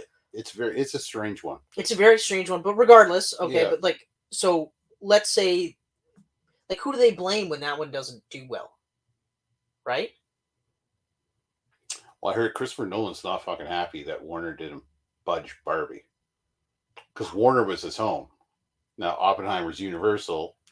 Sorry, bud. Too bad. And Warner's dropping a movie on the same day. Too bad, bud. Yeah. Yeah. Too bad. Sorry. You can't have it both ways. Yeah, I mean, you're a great director, but don't let your ego get to you, man. Exactly. Tenet was a piece of shit. Tenet was not a good movie at all. Warner was like, well, we gave you what you wanted, and we lost a fuck ton of money, so take your Oppenheimer somewhere else. And again, too, like, in the middle of COVID, he literally thought his fucking dick was going to be the reason why people are going to go back and see movies again. And it's just like, well, I was pumped to see Tenet. Yeah. Because I love Christopher Nolan. I'm a huge fan of his work. And then I saw the trailer for Tenet, and I was like, okay, I'm not sure what to make of this, but I've loved every other movie I've seen by this guy. Yeah. Okay? And there are some movies that I regret that I didn't see in the theater. Some I saw in the theater, and I probably shouldn't. Dark Knight Rises. Actually, Dark Knight Rises, I'm glad I saw it in the theater. All jokes aside. Yeah. But like Interstellar was a movie I should have saw in the theater. Oh, Interstellar. Dunkirk was another one I should have saw in the theater. Yeah. I still haven't even seen that. You haven't seen it yet. I haven't seen that yet, and I'm like, I should have saw that in the theater. Oh, you gotta watch that. But then I watched Tenet, and I'm like, I'm glad that I didn't see that in the theater. I'm really glad I didn't see that in the theater. But yeah, this fucking guy at Warner Brothers is he's a lunatic. Oh, he's crazy. He's just like Vince. I don't trust him at all. He's just one of those guys where like if he doesn't see immediate results, and also like you have an app, like you have a fucking streaming service. Yeah. So do it 3 months in the theater unless it's not performing well. If it's not performing well, then pull it. You pull it, and stream it Mm-hmm. and go through the rental phase or whatever, however you want to do it, but then stream it. Yeah. You know, like imagine the amount of money Tom Cruise, Paramount would have lost for Top Gun Maverick. Yeah. If they went simultaneous release, or if they went release in the theater, and because like at the 90-day mark, they just pushed it. They just kept the fuck, the movie's killing it, so why bother? Why bother making it a streamer when it's still people are still going? Yeah. Yeah. And exactly. and that should be the mentality going forward, is just, well, why bother? You know? I honestly, for Nolan's sake, I hope Oppenheimer does really well. I hope it does well. I hope it makes bank. I hope it does, like, it reestablishes him. But I have a feeling it might be another humbling blow to his ego. I was thinking about it the other night. I think I am going to see it on the big screen. I as of right now, I am not going to. I'm not going to go out of my way to see it. Well, I have a free pass to the movie theater, actually, so maybe I will go watch it. Yeah, you know, if it was free pass, yeah, might as well in that case. Because I went to the movies the other day. Yeah. Right? On my movie day. Yeah, that's right. Yeah, and I got my ticket for Insidious. Yep. And I sat down. Theater was already dark. I go like this on the armrest. Get stabbed in the arm by screws. Oh, fuck off. Because the armrest is missing and all these screws are sticking out. Oh, shit. Yeah. Oh, shit. So I took a picture and posted on Twitter. I like that you didn't even bother going to management first. No. Went right outside door, put it on Twitter. So yeah, cult classics. Yeah. As we know them, yeah. Yeah, it's changing. I hate the fact, though, that movies might just not exist. Like, and that they have the power just to, and then it's gone forever. But that's exactly, like, that's so fucking, like, oh. I hate that. It's so gross. It is gross. And for a streaming service, because realistically, there's no streaming service is making money now. Right. There's not one. Cost cutting. The movie's already been paid for. It's made. It's out. Yeah. You have it on your. What's cost cutting about just taking it away? Yeah. You save a few gigs of bandwidth or whatever. I mean. Yeah, but even then, like, what the fuck? Who cares? You know. You're Disney. Yeah, exactly. Like, the amount of money ridiculous. that Disney is sitting on, and then they go cost cutting, and you're like, but if I was the director of that movie, I would feel complete shit. Like Paramount. Yeah. Paramount, their streaming service is one where I can go, okay, yeah, cost cutting. I get it. Mm-hmm. Because, like, out of all the streaming, when Paramount announced theirs, I was like, why? Why? Especially this late in the game. And then you look at Sony, and they're still playing this game where, like, we don't do it. Mm-hmm. We'll license it. And that's how we'll make our money. I had no idea there was as many streaming services as there is. Amazon Prime had a sale where it's like, streaming service add-ons to your Prime for 99 cents for 2 months. So I was like, let's see what's available. Dude, I scrolled and I scrolled and I scrolled and scrolled and scrolled and scrolled and scrolled and scrolled. There must have been at least 30. Fucking batshit. And then I was like, okay, I've seen enough. There's a streamer. I'm not getting any of these. For like every fucking channel. Everything. Every channel has a streaming service. I had no idea there was that many. Has a streaming service, except for Sony, because they're fucking geniuses, at least in that regard. You know? I mean, there's even talk of going fully digital for video games, and it's like, fuck no. No, fuck that. Fuck no. Even though I purchased more digital games than I ever would have thought possible. Yeah. But I'm still just like, fuck no. Yeah. Like, that seems crazy to me. There are some games, like, I get it, like having the digital version of the Super Mario RPG remake. Yeah. Versus the tiny little. Like, it's like, yeah, I got this giant case for this tiny little thing. It's not the same as having the cartridge. Right. But it's still what I'm gonna do. It'll be the only video game that I pre-ordered and getting it on launch. Yeah. And paying full price for it. I mean, you fucking got it. I absolutely have to. I never thought we'd see that. I never, ever Nintendo and Square got on the same page to fucking remake this? I bought that fucking Super Nintendo, that mini Super Nintendo, just for that. Yeah. And I still haven't beat it just because it's painful. Because, I mean, there's, like, loading and shit like that. Surprising. Yeah. And of course, because it's an analog on a digital TV, so there's, like, some stretching out, and it's just, like, it's not the same. Yeah. And, of course, the lag time on the control is just infuriating in some cases. Now the remake's coming out. So you just got a Switch. I'm good. How perfect is that? I'm fucking great. And November. November. That's a great month for me. birthday, It's yeah. a fucking great month for me. So yeah, I have to say, yeah, cult classics are on their way out. Like Yeah. Slither would never get Slither, made. yeah. It would never get made. Yep. They would go, who the fuck is this guy? Mhm. He wants to make this with these people? Fuck that shit. Yep. You know? Yeah. Fuck. It's gonna be all just AI generated bullshit. Mhm. And then we're gonna not watch it because it's all AI generated bullshit. And then the fucking overlords are gonna be like, oh, what's the problem? You don't like how phony and shitty everything is? I mean, fuck, like, I'm on Pinterest and it's getting to the point where there's more AI generated bullshit on there. And it's so blatantly obvious too. It's just like, okay, like it's great. Like the people that are working with AI and they love it, like good for you. But at the same time, like I'm not going to get into arguments about whether it's art or not. And I don't think it is personally, but that's me. And I mean, James is an artist and he works with AI. So it's not like, so I can't really say one way or the other, right? I can say it's my personal belief, but at the same time, I just referenced James and he is a legit artist. So there are artists using this stuff, but it's like, I mean, I think if you use it as a tool, it's one thing. Yeah. If you rely on it completely, then and you're take not full an credit artist. for it. Then you're not an artist at all. Yeah. It's the same with like using it to write books or to write screenplays and stuff like that. Like, yeah, to help punch stuff up or work through ideas as a tool is a great idea. Like, I love that analogy. Use it as a tool. That's great, but that shouldn't be your only tool. Exactly. Because then you're bringing absolutely nothing to the dance. Yeah. You know, and I mean, and we'll talk about Dead Reckoning at some point, but like, I mean, you look at the AI as Marvel templates, and now you start to see, okay, well, of course, you know, and look at what's happening with Marvel and Star Wars. Yeah, those are two where people were just like Marvel, Star Wars, $1 billion, right? And now it's like maybe not. Yeah, you know. And I mean, granted, the hype for Avengers 5 and 6 are non-existent.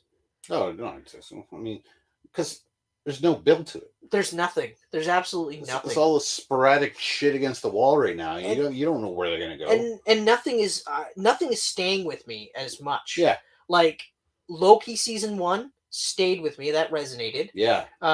WandaVision resonated. Falcon and the Winter Soldier was take it or leave it.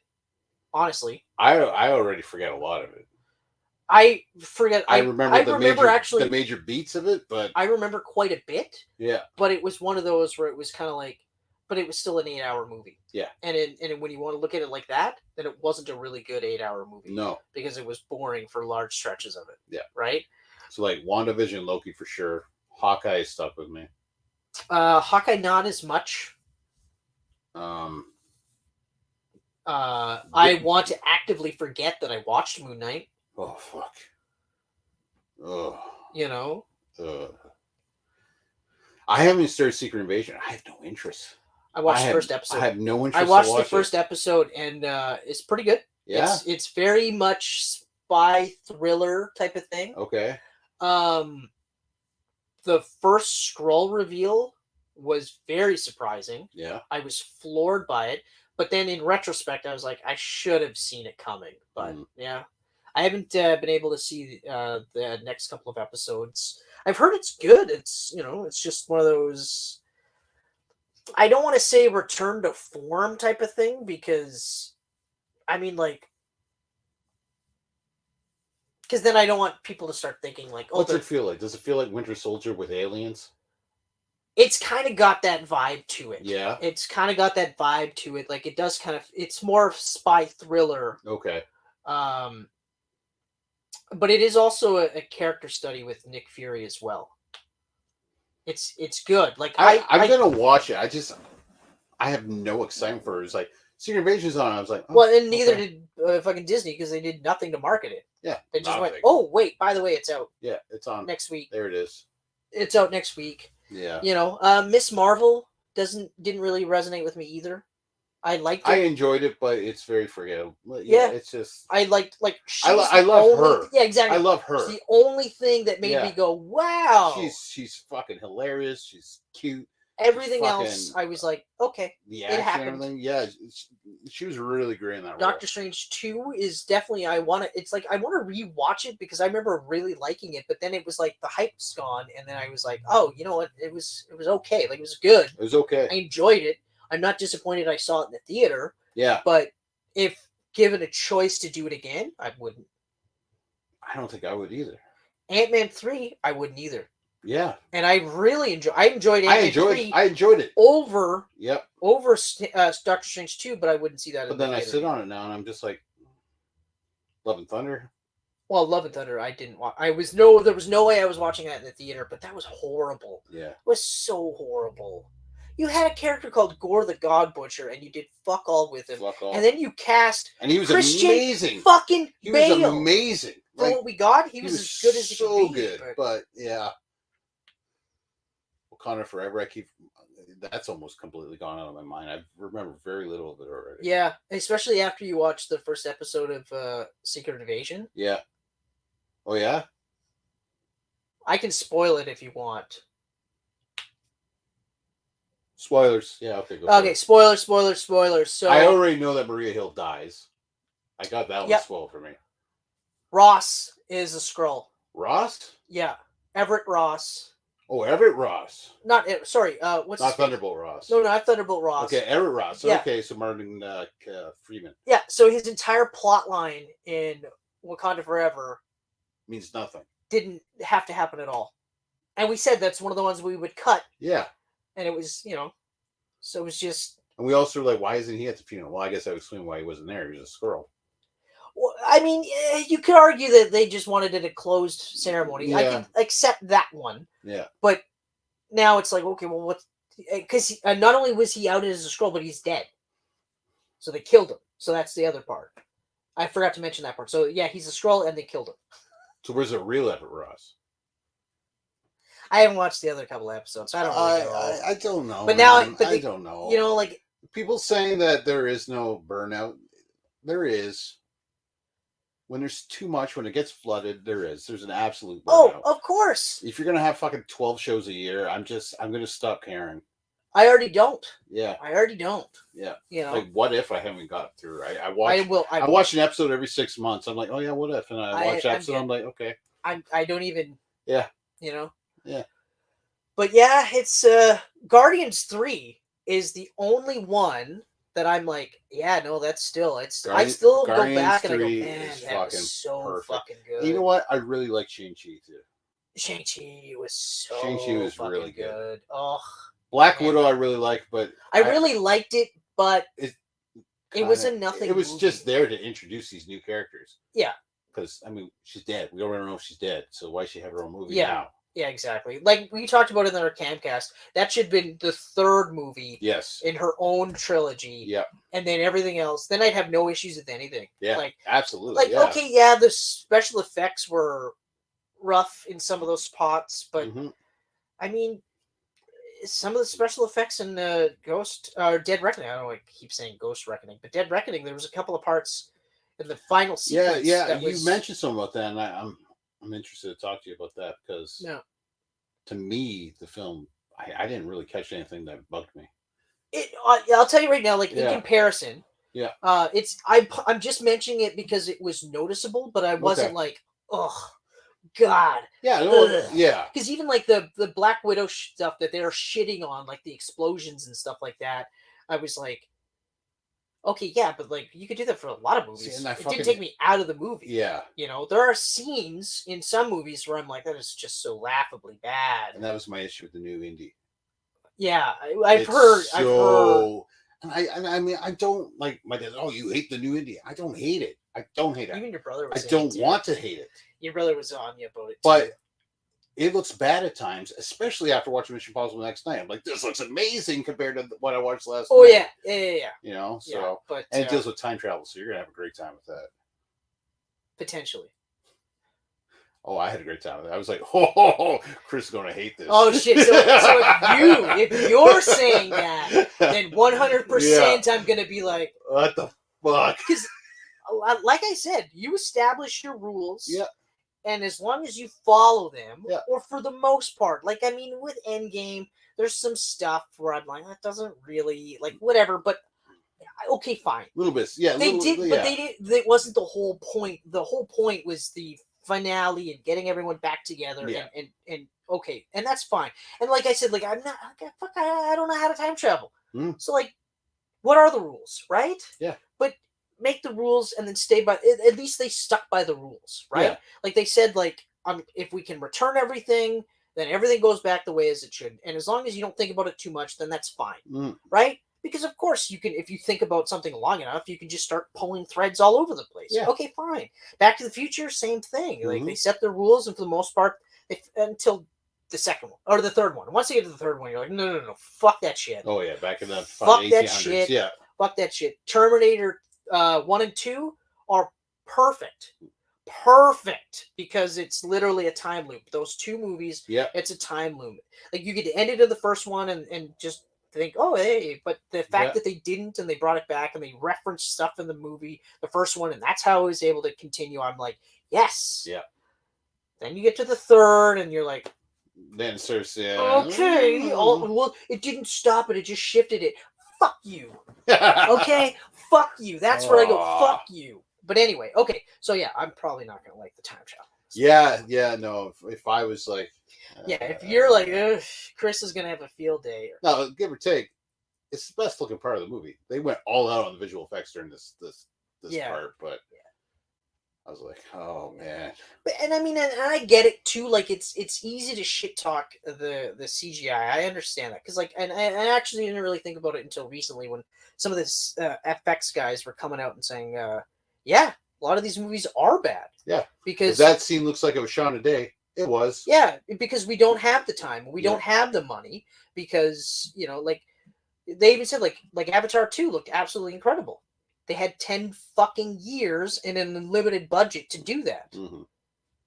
Yeah. You know, if we had the same parameters, every one of our movies would look fucking incredible. And then I was like, yeah, okay, all right, you know. Obviously, yeah. So, and then you look at, like, again, Marvel and Star Wars, if they're pumping out a movie every year, and the gestation cycle is, what, 2, maybe 3 years? Yep. In between, like, to get but they're cycling movies every year. Well, yeah, obviously. Obviously, there's going to be some shit, you know. Yeah. But anyway, so yeah, we're gonna see the death of the industry, probably. Hopefully, not in our lifetime. But who knows? It's yeah. I don't. It won't be a death, but it's going to be a significant difference. Yeah. Yeah. And most of it is because the fucking overlords are like, yeah, we hold all the cards. You peons.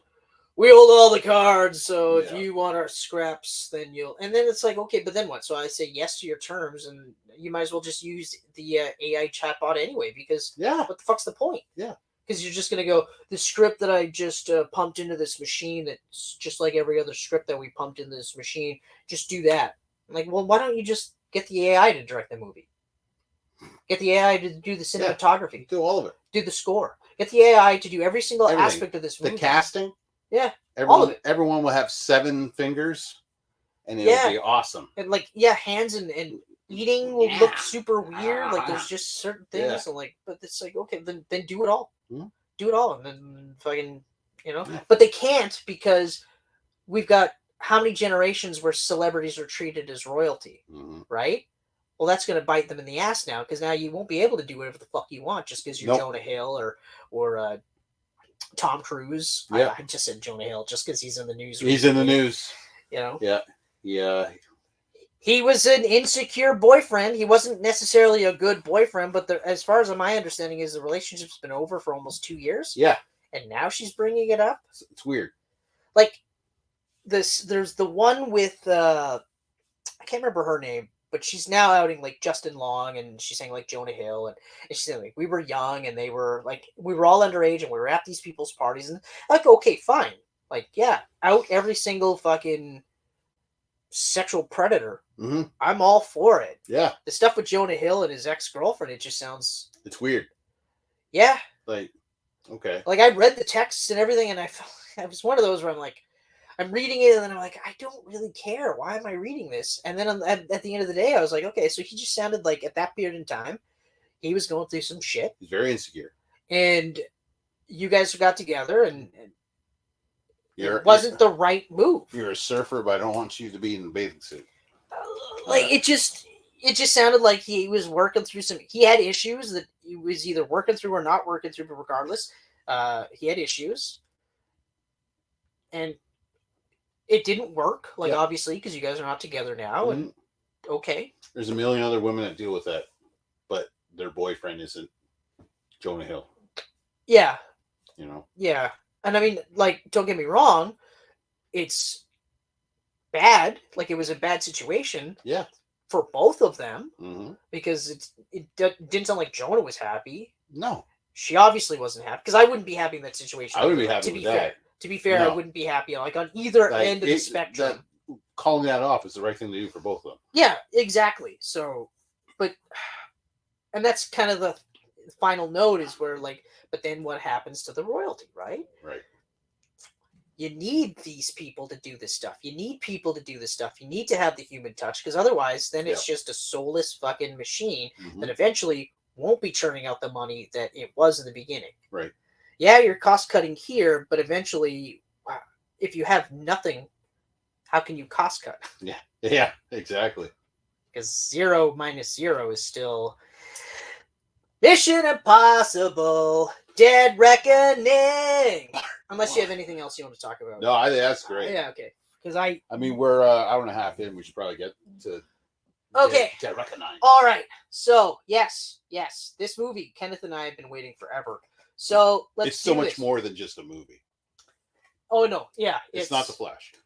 It's yeah, that's right. So once again, directed by Christopher McQuarrie, who will pretty much, I feel, direct the next batch of movies for however long this franchise goes on, unless they get crazy and decide to do something else. But Tom has been working with him since Valkyrie. Yeah. So and they work great together. They absolutely do. Yeah. I have no issues with this at all. Like I did say, I was surprised that Brad Bird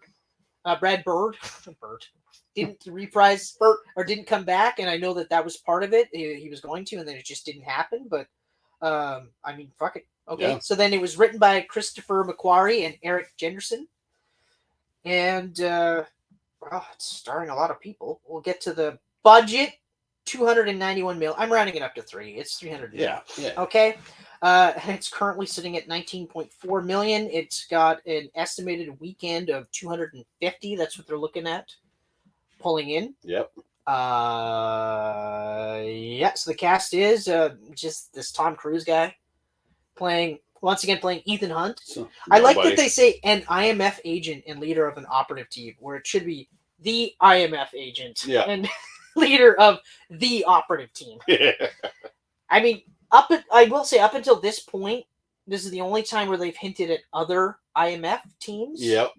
And even recruiting the guy in the. Oh, by the way, massive fucking spoilers for this movie. Oh yeah. If you have not seen this movie, stop watching now. It's a good chance you haven't, because it just came out on Tuesday. Yeah. For you, it was the most significant day of your life, but for me, it was just another Tuesday. It's my favorite line. Second place for the billing, Haley Atwell. Yeah, I mean, I was thinking about that right off the start. I'm like, but then you watch the movie, and of course she has time. second. She's got a lot of screen time. She's as Grace. She is a burglar, and Ethan's new ally. Fucking Wikipedia blows me away. Christopher McQuarrie described Atwell's character as a destructive force of nature. I didn't think she was that destructive, but a force of nature, I'll give her that. Yeah. While Atwell explained that her character's loyalties are somewhat ambiguous. No, it isn't. She wants money. Yeah. She grew up on the streets, lived a life of crime, wants money, and that's it. Nothing ambiguous about that. No. Bing Rames once again returns as Luther Stickle. Big Bing. The IMF computer technician, Hunt's best friend, and a member of his team. The only other guy besides Tom that's been in it since the beginning. How crazy is that? Well. And he does nothing now besides Mission Impossible. Oh, I know. But good for him. Oh, no, he was doing those Arby's commercials. Oh, fuck. We bring the meat. Come on, man. We bring the meat. You know, and I'm not shit talking him. Good for him. Good for But him. yeah, you know what? Good It's good for him. It's anytime you hear me emphasize it's because Wikipedia has an IMF. Oh. So now we go to Simon Pegg as Benji Dunn, the IMF technical field agent and a member of Hunt's team. He's now the second longest. So yeah. Second yes, longest. it's number 3. Rebecca Ferguson returns as Ilsa Faust, a disavowed MI6 agent who allied with Hunt's team during Mission Impossible Rogue Nation and Mission Impossible Fallout. The only thing that really bothered me about this movie was, in terms of her, was by the end of Fallout, you think she's going to be part of the IMF. Right. And then for some reason, this kicks it off, and then, yeah. But okay, fine. Vanessa Kirby returns as Alana Mitsopoulos, the Black Arms dealer and broker who goes by the alias White Widow. And just to remind everybody, she is the daughter of Max, the arms dealer, originally played by Vanessa Redgrave from the first film. Mm-hmm. Yeah. S.I. Morales as Gabriel, a powerful terrorist, and Ethan's adversary, aiming to use the Entity, an all-powerful AI system, to rule the world. He was a friend and ally of Ethan prior to Ethan becoming an IMF agent. We've got, such a great one, Pom Clementieff as Paris, a French assassin who works for Gabriel, and she's fucking awesome, which I didn't... She was amazing. I knew she was going to be good, because I've been a fan of her since Guardians, or Guardians 2, I should say, but I knew she was going to be good, but wow, was she ever really good. They actually gave the casting for this Muriela Garriga as Marie, a woman from Ethan and Gabriel's past. Really? Oh, okay. Yeah, she got that over Henry Czerny as Eugene Kittredge, the director of IMF and CIA, last seen in Mission Impossible 1. Shea Wiggum, see what I mean? Like another one. Wiggum was so great in this. I fucking love Wiggum. Jasper Briggs, an enforcer for the community tasked with hunting Ethan, and Greg Tarzan Davis, fucking sweet name, as Dagus, Briggs' partner. And then, of course, we've got Frederick Schmidt reprises his role as Zola Mitsopoulos, what's-her-face's brother. Alana's brother, literally the next line. Chris, come on, read. Carrie Elwes appears as Denlinger, the director of national intelligence, while Charles Parnell, Rob Delaney, Indira Varma, and Mark Gaddis appear as various people of the community of the national intelligence. So, fuck, man, this movie was awesome. Holy shit, this movie was awesome. It was so fucking good. God damn. And I mean, okay, so we're coming off of like a string of just like better after better after better after better, starting with Ghost Protocol, and it starts to just fucking figure out, okay, we're going to do insane stunts. Yep. We're going to actually have fun with this. Yep. We're going to lean into some of the absurdities and make fun, and then we get to Rogue Nation, and they start to dial it back in terms of, they start to ground it a bit in realism, okay? Because there was a lot of fantastical shit in Ghost Protocol. Yep. Still awesome. But, so, Rogue Nation, still fantastical, but still crazy stunts, but a little bit more grounded. Then you get Fallout, and you're just like, holy fuck, like, Fallout's the pinnacle. You can't get better than this, but they retain almost 90% of the original, the last 3 movies, because McQuarrie was writing. He wrote the script, or helped write for Ghost Protocol. Yeah. So, he was you get to Dead Reckoning, and it's just like, holy fuck! And they start mirroring the first one. Yeah. You had Dutch angles because fucking Brian De Palma. You had an entire climax that happened on a fucking train.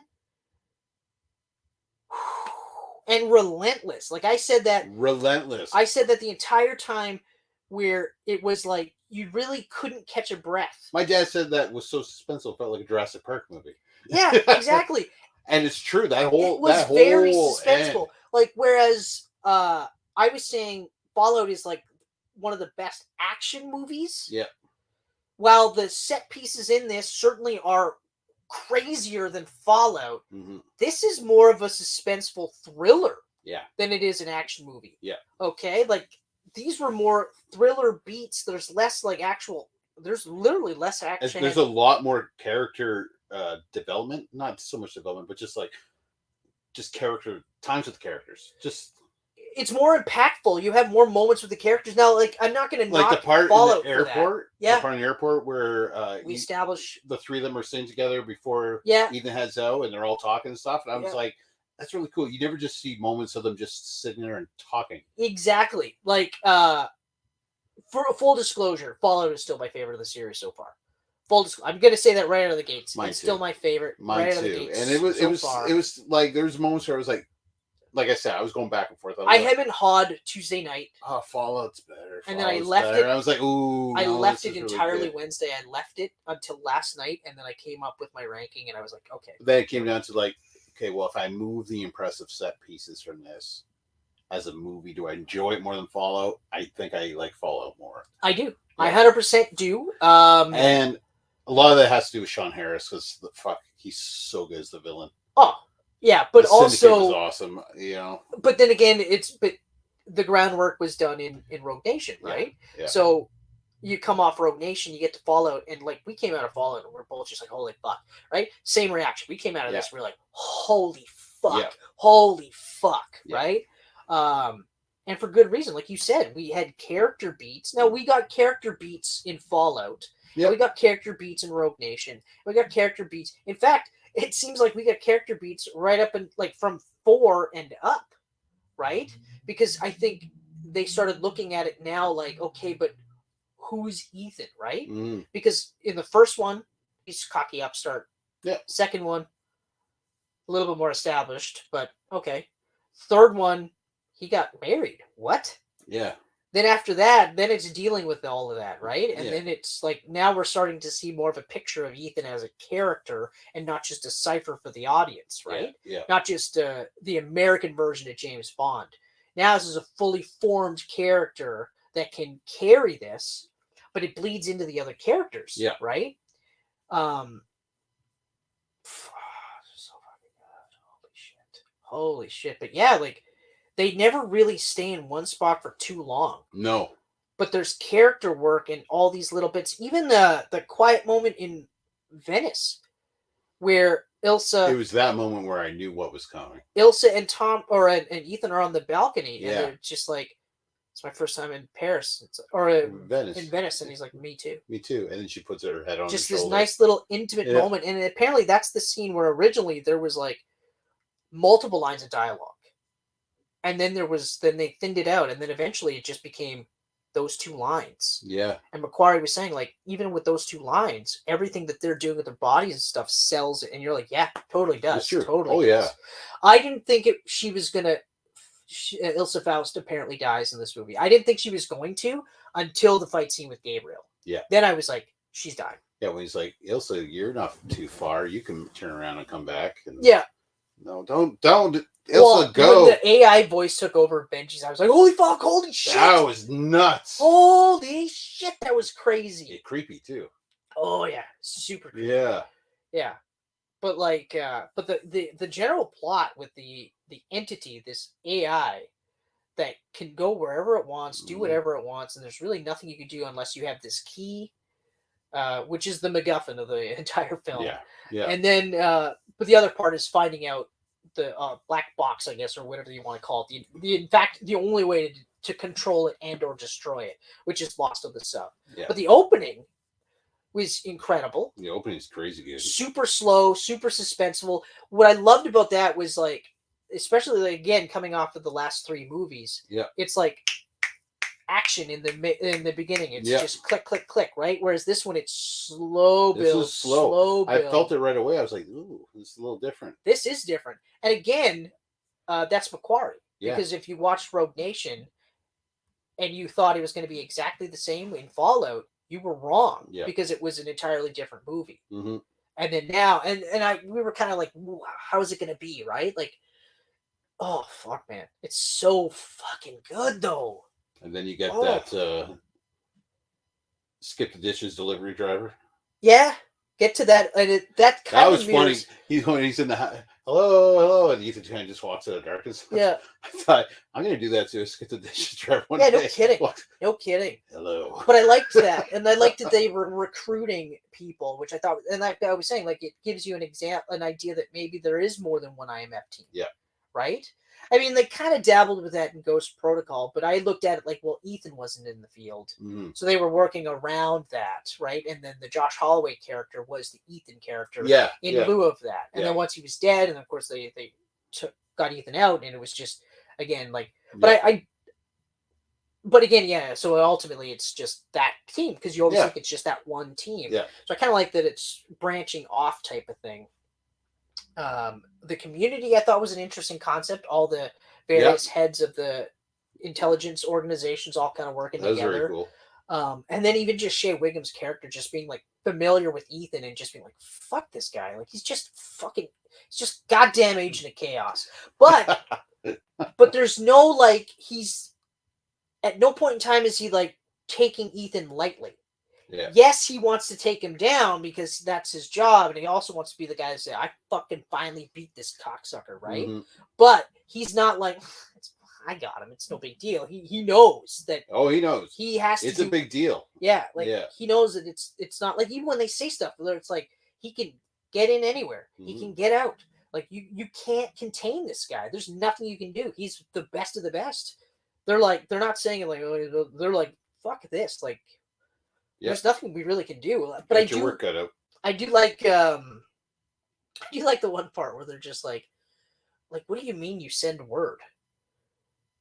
And he's just like, well, we just kind of we just send word. We say there's a mission that no one else can do, and then they take it on, and we don't ask questions, and we don't really talk about it, and then it gets done, and it sounds so like that's it ridiculous. It's absurd. It's like, what? It's absurd, and I like that the other characters were like what? Like I can't. Like I want a mission done. I go, okay, here guys, this is your mission, and this is the money that you have to do it with, and these are the parameters. This is what you can do. This is what you can't do. You are like, we just send something out into the ether, and then it comes back like, yeah, all done. Like, what the fuck? And that's what I mean, like when they're starting to lean into the absurdity, but also making fun of it in that aspect. Yeah. I was thinking about like Ghost Protocol when they did the like the message will self-destruct. Right. And Ethan walks away from the phone, and then it's like, then walks back, and then it's like. And he's like, oh, okay. And it's like, you're making fun of something that's part of the trope. Yeah. So you're poking fun at it. And this is the same thing, because you're right. Like, it's fucking insane. Like, in the real world, you'd be like, is that really a thing? That you could just carte blanche, do whatever the fuck you want, and go rogue so many times. Yeah. But it's only going rogue because, your government has to go against you or something. Or another guy, but you're only going rogue because you can't really do it within the confines. They're always rogue, right? And then it's just like, it's fucking insane. Like, there's no overhead, there's no accountability, there's no nothing. There's apparently an endless sea of money, and yet we watch it. We go like, I want more of this, right? And yet I loved that they poked fun at it. Yeah. But at the same time, it wasn't like eye rolling. It was like winking to the camera kind of thing, but it was still just like, we take it seriously. And Shea Wiggum did a perfect job of acknowledging the absurdity and the craziness that is this character, and then still at the same time going, yeah, but he's a fucking big deal. Yeah. He's the white whale. But as soon as I saw him in the credits, Shea Wiggum, I was like, yes. I heard he was cast. I love that guy. I heard he was cast. I was like, oh man, this is great. Because he either plays like a fucking asshole, bad guy, or he plays the like straight asshole, but there's something more to it. Like in Kong Skull Island. Oh yeah, see, he was one of the standouts there too. I was just like, okay, I know what I'm gonna get, and then by halfway through the movie, I'm like, oh wait, no. Now I know what I'm gonna get, and then that's exactly what it was, and it's exactly the same character here. It is. It really is. Yeah. I wouldn't be surprised if by the end of part 2, he's the new director. I would love that. I would love that too. Because I mean, Henry Czerny coming back to be which is cool. It's cool. Very cool. I don't see the legs in it. No. But I would like an actual stable. I'm almost surprised that. Well, obviously now there's issues, but like Jeremy Renner kind of just vanished, right? You think he would get into that position? I was surprised that honestly, I thought he was going to be a surprise stunt cat, like a surprise that he'd be in this movie, and we just didn't know. Yeah. I'm still holding out that he's in the 8th, and they're just like cleverly keeping it. Yeah, because McQuarrie said they wanted him back, but the MCU thing, like he had all his. Yeah, but maybe Hawkeye. Yeah, but that's all done now. Yeah, exactly. Now he's recovering, but but part of me also kind of looks at it like, how do you fit him in now? Like, especially after watching this, how do you fit him in? Like, I do think he's going to be in the 8th movie. 100%, I feel like he's going to be in it, but I don't think it's going to be anything other than like maybe a baton passing to the next guy. Yeah. Like sort of like he was the actual director or something like that, or something, right, or maybe right. even just he's in it and it's just kind of like oh hey Ethan, that kind of thing or something. Yeah. I don't know.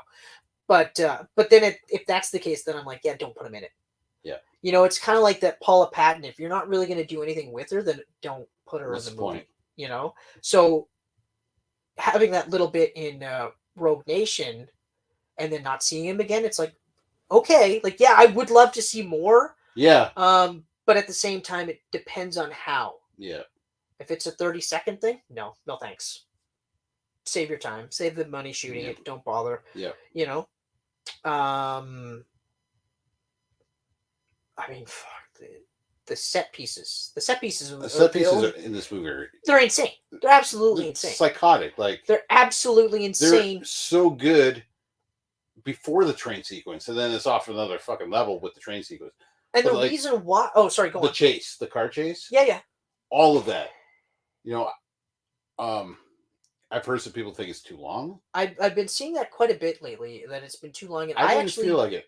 No. And I had no problem with the comedic beats with it, too. Like, I said that to you right in the beginning. Yeah. Like, right in the... I think we were actually at the Venice scene, the car chase, and I was saying, like, there's complaints about... We got to switch cars, and then he gets that little yellow funny, thing. And I was like, how is it too funny? Yeah. Like, my issue... Yeah, it's funny, but... My issue is when it's forced. Yeah. When it's like that Marvel, like, you need to have a joke like every 30 seconds. You can't have any really serious beats because you need to have a joke to undercut that. Imagine No Way Home with the amount of jokes that Love and Thunder attempted to land. That would be awful. Like, I'll beat up on Love and Thunder all day long because, like, sure, Ragnarok was funny and it was funnier than you expected it to be. Yeah. But it wasn't this. Oh, yeah. And so imagine, again, No Way Home. Now it's 2 hours, right? Mm-hmm. And it's joke. Maybe you get a serious beat, joke. Imagine how impactful Aunt May's death would have been in that movie, in that scenario. Right. It wouldn't have been. Mm-hmm. I would have been fucking furious. Oh, yeah. I spat a little bit, sorry. Oh, did you? But I would have been fucking furious because so...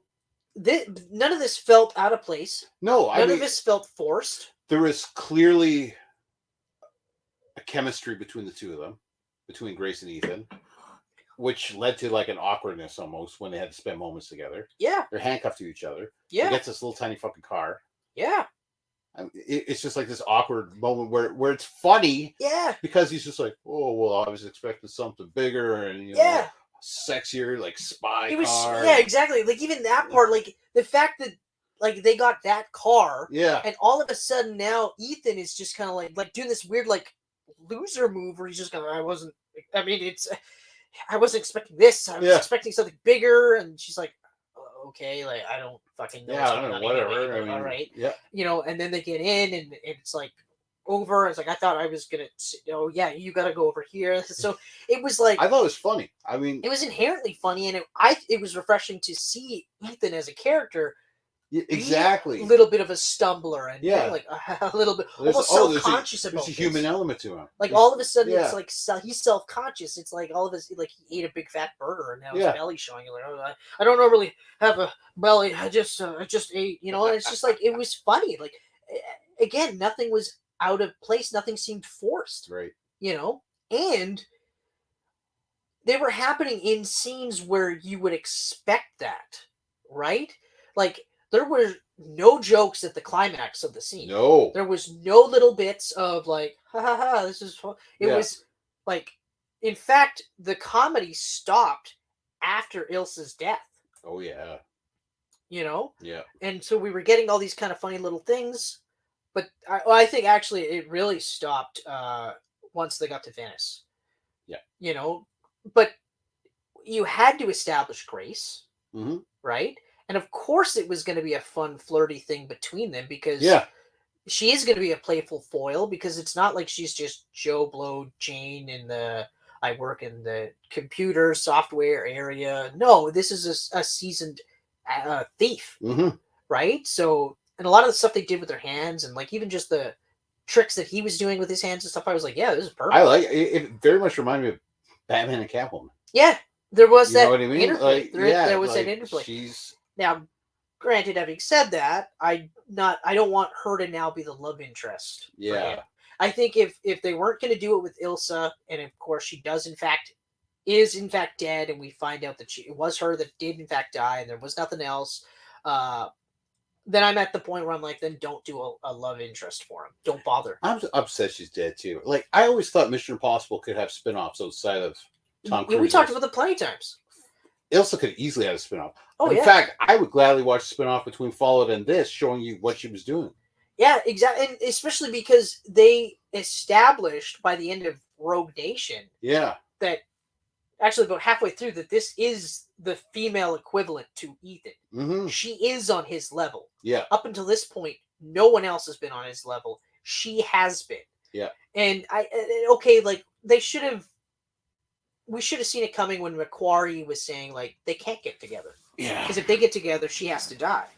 Right. Right? Because that's how it happens. Okay, so if they didn't get together, why the fuck she die? Well, yeah, well, I've got my theories. Yeah. You know, I know your theories. Yeah. Now it is partly optimism and hopeful and wishful thinking because you have made me feel more optimistic about it. I mean, first of all, when they start the movie where Zerny reaches out to Ethan and says, "You got to find her because there's a bounty on her head." And here she is, and she's running a mission. And we're like, she's running a mission without the IMF? So then, you know, and you find out that she's got one half of the key. Yeah. You know, and you think that they faked her death in the beginning of the movie. I think they faked their death here. But I think that Ethan doesn't know that she's dead. I don't think or that she's alive. I think the rest of the team believes she's dead because she was working a mission with Zerny without Ethan's knowledge. He didn't know. He just knew she was off doing something. And then, you know, the whole thing with Gabriel and the entity, they're going after his loved ones because that's how you hurt Ethan and that's how you make him fuck up and act recklessly, right? So why wouldn't she fake her death? But isn't Kittredge under the impression that she's already dead? Maybe he is. But remember, he ran a mission with Ethan without he told her after the fact she was running a mission, right? Right. And then gave him the mission at the end of the movie. The official, the whole world's coming after you. Yeah. You know, and this could very well be the last Mission Impossible. It could be the last one, especially with the stakes the way it is. But I don't know. I'll say it is more hopeful optimism. Because you were saying, I love the character. But just the rage in Ethan on the train at the end with Gabriel. Well, that's why I'm saying I don't think he knows she's alive. I do that's part of it. I really hope you're right. I really hope you're right. I fucking love Ilsa. I love Ilsa. I do I love too. Rebecca Ferguson. But I love Ilsa. I love both. As a character. I love both, and I mean, I will give you that it is hopeful optimism. Yeah. But I'm looking at it like she was running this mission without Ethan knowing. Mm-hmm. She knows Ethan. She's been around them enough to know that how you get to Ethan is through his family. Yep. This is what it is now. You know, this is a guy that lost his team in the first mission that he ever did with IMF. Yep. And then he spent the rest of his life finding new friends and doing everything he could to keep them alive. Yep. Hell, they faked his wife's death just so that she could live a life and he could live his life. And okay, fine. And then you think, okay, well, you know, she's the female Ethan, so they could get together. Well, maybe it's not in the cards, and okay, fine. But maybe that's also how they end her story with him, and they go off into the sunset. Who knows? Who knows? Mhm, But mhm. I do kind of think I think it might be one of those things where towards the end of the movie, it's going to be coming down to the wire, and all of a sudden somebody gets picked off, Yeah. and they kind of go, "Wait, what the fuck?" And someone else gets picked off because we didn't see her really being a sniper until this movie. And then you're like, oh, okay, well, As you're a fucking sniper. oh, she's sniper. So if and okay, and this is going to affect my ranking too. If it turns out Right. that she is in fact dead, it's going to bump Dead Reckoning for me. Okay. Part 1. It will. So what though? What's to that ring? Okay. Do you want to do this now? Let's just do it. Okay, let's get this out of the way. Let's do it. All right. So first is Fallout. Yes. Second, Yeah. Rogue Nation. Really? Yep. Wow. Dead Reckoning is third. Okay. Then it's Ghost Protocol. Yeah. Then it's Mission Impossible. Then it's 3. Then it's 2. Right. And the reason why Dead Reckoning is third, one of the reasons, is because, like I referenced earlier when we were talking in the kitchen, it's Infinity War. You watch Infinity War, you have to watch Endgame you can't just watch Infinity War and go, okay, all right. Yeah. You can watch Endgame on its own. You don't have to watch Infinity War. Mm-hmm. But if you watch Infinity War, you have to watch Endgame.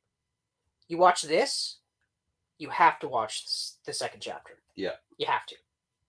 It would have been the same if John Wick 4 and 5 were actually split up the way it was supposed to be. Yep.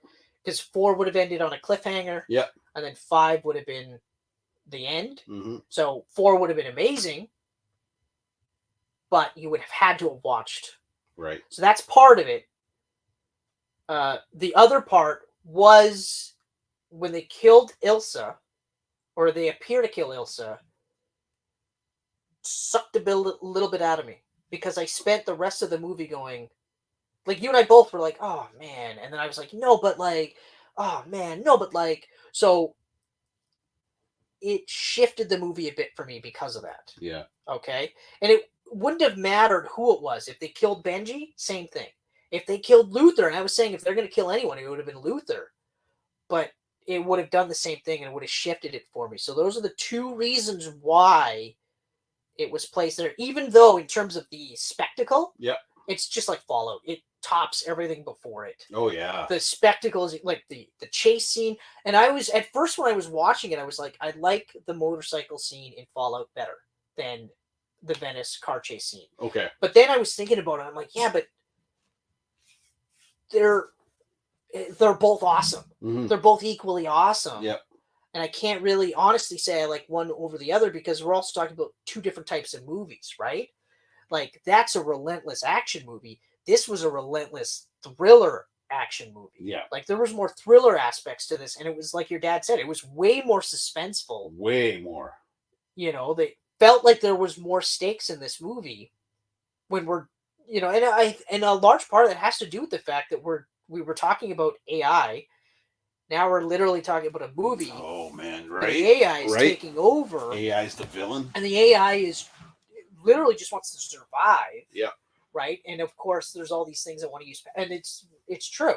Yeah. If there was an actual AI, eventually if AI turns into this, every country is going to want to be able to have it and control it because then they can control the world. Yeah. You know, so that is inherently scary because I've been a crazy hat for years where I'm like, no, I don't want to see VR and I don't want to see AI and I don't want to see, you know, complete immersion into this AI realm because, you know, the Matrix, when you get out of the Matrix, life sucks. You know? Yep. The future in the Terminator didn't work out well for us. No. Okay? No, it sucks. We literally had to send an asshole fucking back in time to knock up some broad just to create the savior of mankind. Like, yeah.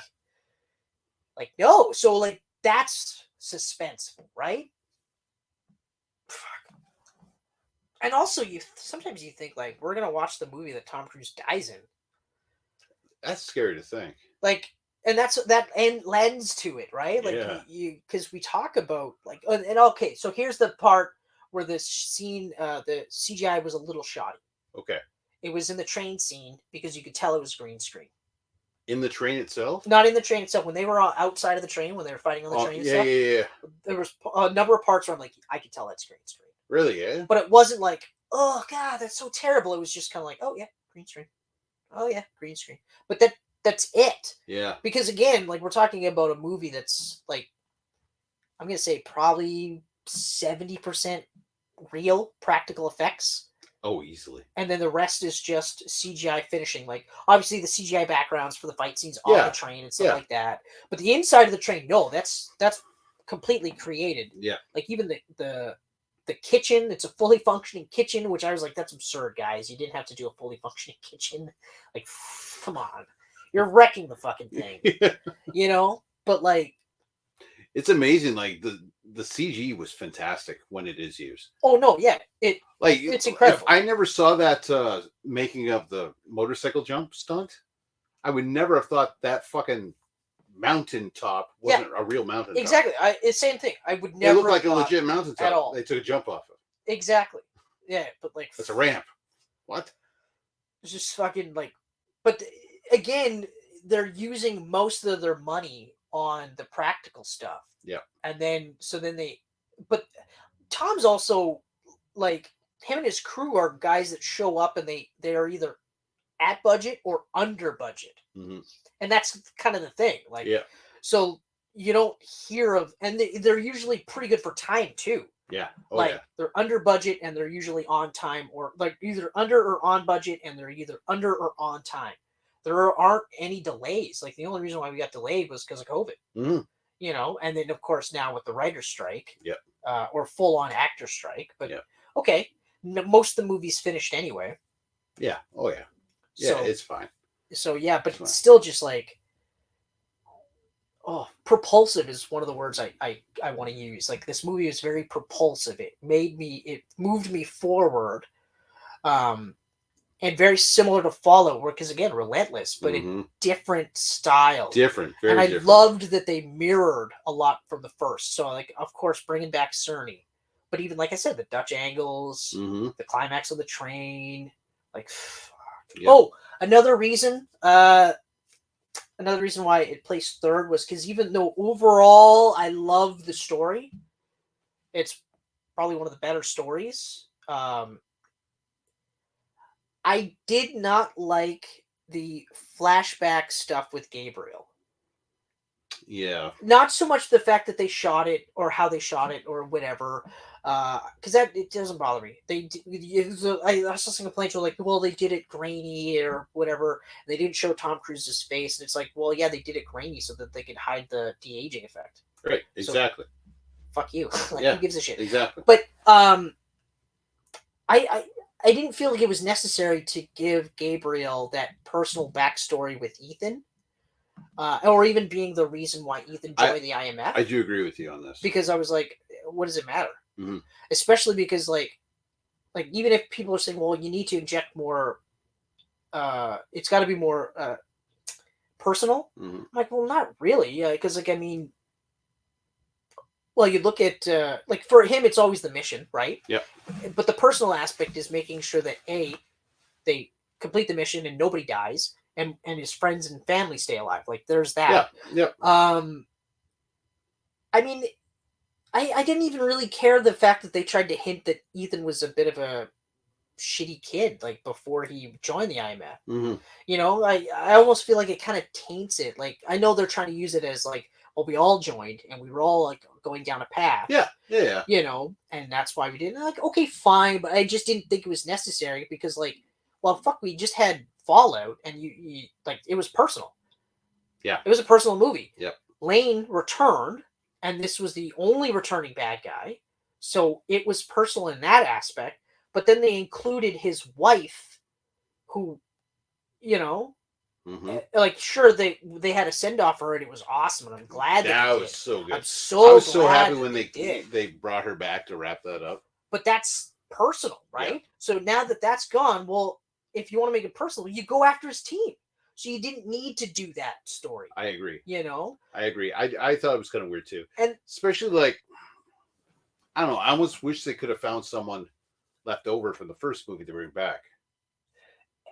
exactly. Emilio Estevez. No, he did. We think he did. We think he did. I know we didn't see a body. I know you could argue that we didn't see a body. We think he did. But Emilio, he's still out there. He's out there.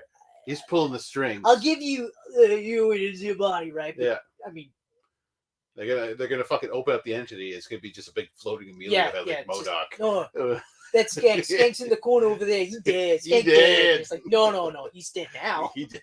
Yeah. You know, but I think maybe, but you know, there's already enough callbacks from the first anyway that I was. Yeah. You know, like, so you got a couple of like 3 big things for me for the reason why. Like the biggest of all is Ilsa. Mm-hmm. Like, yes, I said like the it's part 1, so that you knew it was going to end on some form of cliffhanger. But really, this movie was just one giant epilogue for part 2, which is Endgame. It's a fucking awesome epilogue. I know. Infinity War was an awesome fucking movie. They literally could have just had the Mission Impossible intro at the end of this movie. I know. Which would have been kind of cool. That would have been actually kind of cool. That would have been real. The whole movie without any opening credits. Yeah, but then people would have been like, they ripped off Casino Royale. Or no, wait, it wasn't Casino Royale. It was well, no, yeah, because Casino Royale, he did the. Yeah. It was at the end. Yeah. He did it at the end. That's right. Yeah. All right. Yeah. Some idiots out there would be like. They would say that. But I would be like, that's awesome. No. I thought, hey, look, it was awesome when Casino Royale did it, and they saved it for the end of the movie because you're like, well, yeah, because he's not really James Bond, right? But yeah, that would have been fucking awesome. Yeah. And it would have would have probably tipped me over a bit, but I'm gonna have to rewatch Rogue Nation because right now I'm sitting at Fallout, Dead Reckoning, Rogue Nation. Yeah. But I love Ilsa Foss so much that Rogue Nation, that alone might bump Rogue Nation. I don't know. It's hard to say. And and like I said too, like if we watch part 2 and it turns out that I was right to some degree that Ilsa didn't die, then my ranking might shift, but it might not because part 2 will be so fucking amazing that I'll be like, 2 is at the top, and then it's Fallout, and then it's Rogue Nation, you know, and so like it might still end up being what happens there, and who knows? Maybe even like part 2 might be like maybe, but I mean, like when you were comparing it to Infinity War and Endgame downstairs, it made me think like Infinity War ended with the heroes losing. Yeah, I almost feel like Gabriel should have had the key at the end of this. I thought about that too, but I think. What it is it basically what's going to happen is because like there were some scenes that we saw in trailers that didn't make it in the movie, right, because they were in part 2, and I honestly, and I was thinking about that too, and my theory is it's probably going to be one of those deals where, because Gabriel knows where it is, right? Yes. I think what's going to happen is, and as far as Gabriel knows, Paris is dead. Yeah. Right? As far as he knows, she's dead. So he thinks he's the only one that knows where it is, right? Mm-hmm. What's going to happen is he is going to go after every single person that Ethan loves. And with the entity, they're gonna go after Benji, they're gonna go after Luther, and they're gonna go after Grace. They're going to go after Grace, obviously, because at the end of the day, whether he loves her or not, he doesn't want her to die. Mm. Like he said in the movie, like, here on out, your life will always mean more than mine. I'm like, that's such a great line. Didn't Benji say something like, she said, oh, will you protect me? And Benji went, yes. And then he was like, no, but we will try. Yeah. Absolutely. Yeah. And then he says, like, your life will always matter more than mine. And I'm like, that's such an Ethan line. Yeah. You know, and I look at that and I go, yeah, like, because, like, I mean, like, think about it. You and your wife, like, your life versus your wife's, like, you're always going to pick her over you. Right. Right? I don't know if you will. I'm assuming. Tom Cruise would pick the fans over his own life. Yeah. That's why he does these stunts. Yeah. But, like, I do think that it'll be one of those it's either he finds out that Paris is alive, Mm-hmm. or he finds out that the Paris that he thought was killed was actually Ilsa Faust wearing a Paris mask. Because that's a possibility. And then Ilsa died again? No. Oh, okay. Remember, she had a pulse. Yeah, she had a pulse. She had a pulse, remember that? She did have a pulse. Yeah. Mm. Yeah. And like I said, too, when did Ilsa get Paris's sword? When did that happen? That's true. Right?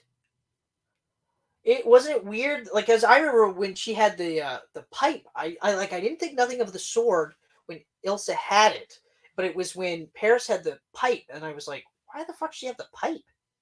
Why wouldn't she have the sword?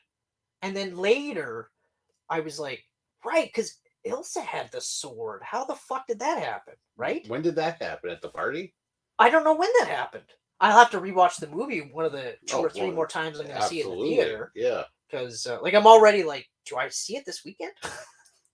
I know I just saw it The answer is yes. The answer is I probably Oppenheimer will. takes the AVX next week. I probably will. Yeah. But, so I think ultimately, somehow, Gabriel finds out that Paris is alive. Yeah. Because, of course, the entity accesses everything digital. So at some point it's going to find out. So then he's going to go, there's no way Ethan doesn't know where this is. So now it's going to be a race. And then he's going to go, fuck it. I'm just going to hit everyone you love. Mm-hmm. I'm going to hurt them unless you give me what I want. And Ethan has done that shit before where he's like, okay, fine. Yeah. You can have it. Fallout, he gave up the nukes immediately. He was just like, no, I can't. I can't let anyone die. Yeah. None of my friends must die ever again because that one time, which isn't my fault. Yeah. It's not my fault at all. Not my fault. But it's my fault. So, Yeah. So I think ultimately that's going to be kind of where we're at. And I was thinking, like, what if we get the space scene in this movie? Maybe this SpaceX movie he's making is actually just a Mission Impossible. Maybe.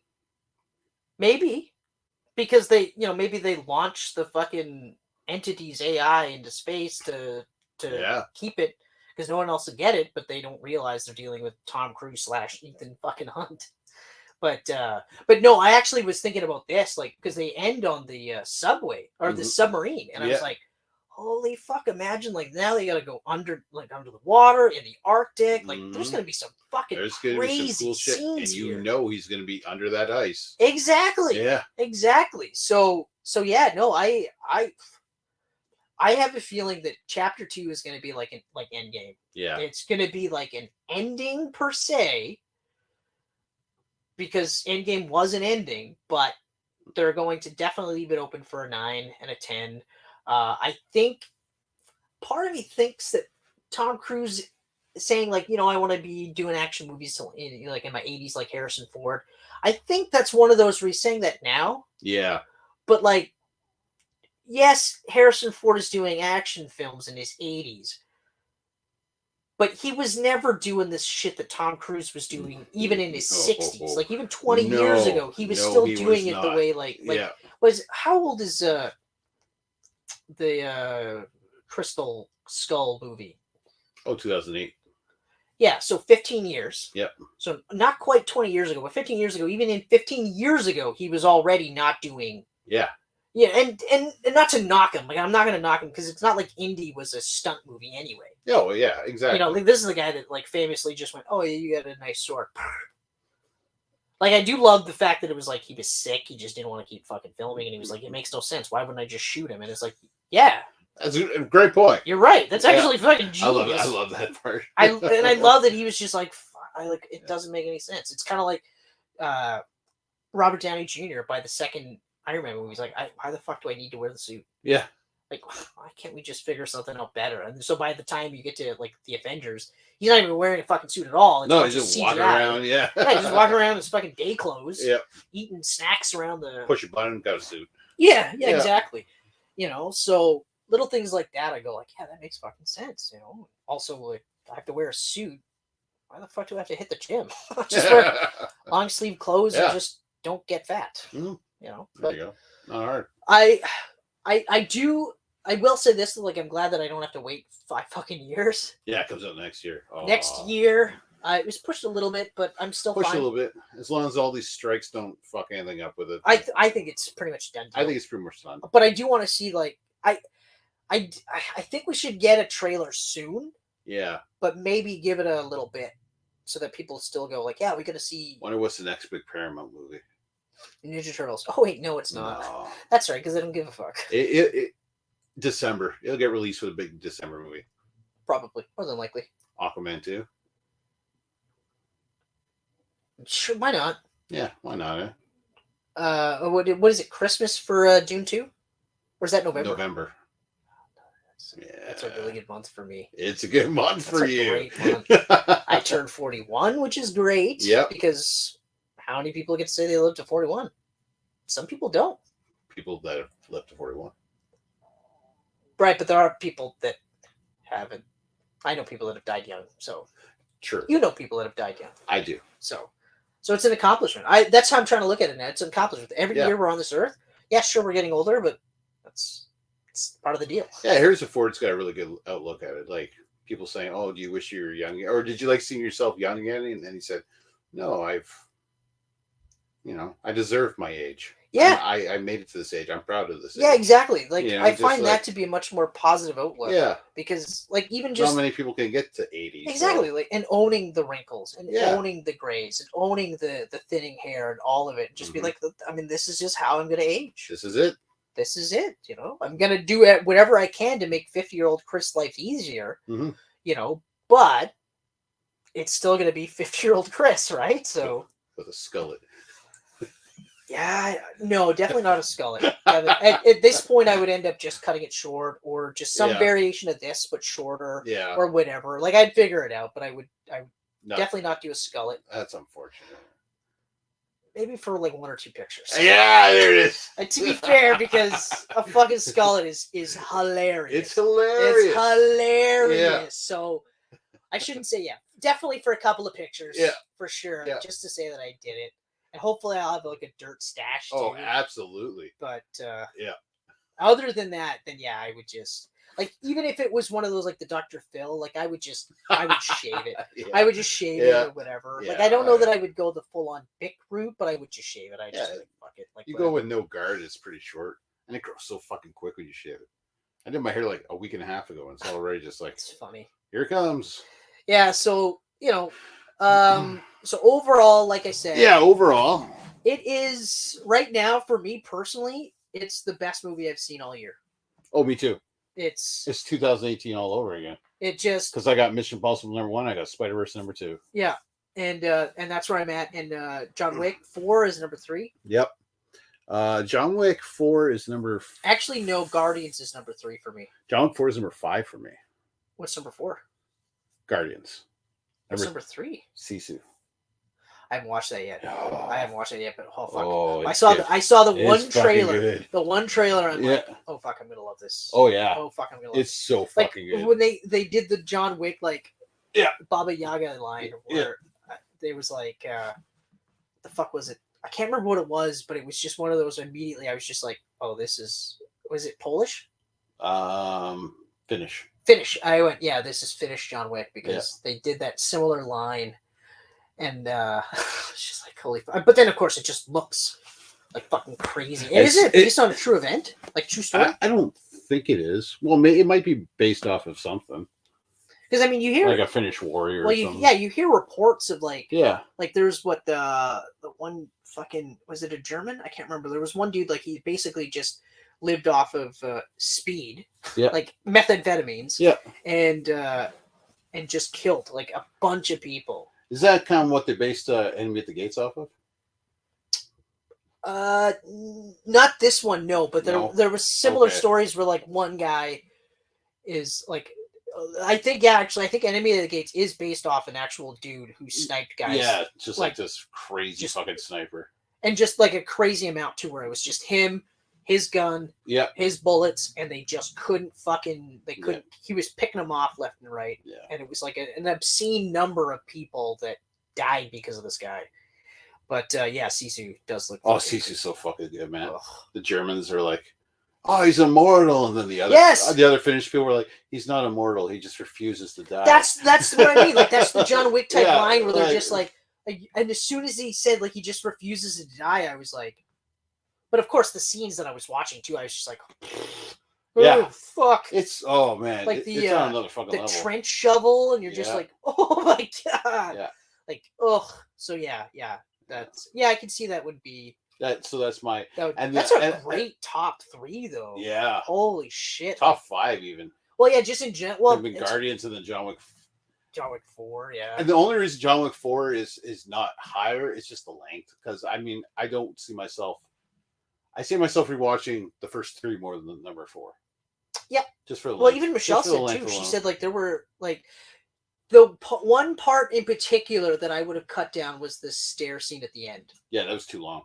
When he was thrown down. When he fell the second time, I was like, nah. The second time, I was like, fuck right off. Yeah. And then he gets up with Kane, and then I was like, okay, but how long? Like, you were like at 6:55. Right.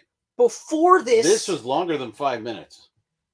So, yeah. That was the one part in the whole movie where I was like, okay. Yeah. This could have been. Because, like, I think I visibly or audibly went, really? You got thrown down again? Yeah. But other than that, yeah. Because, yeah, that's definitely kind of where I'm at. So, yeah, Dead Reckoning was fucking awesome. Dead Reckoning is incredible. Fucking amazing. Hit up a couple of Dead Reckoning Instaquestions. Sure. Let's do it. All right. We rambled, so they deserve it. Number 1, what's been your favorite stunt in the MI series? Favorite stunt? Oh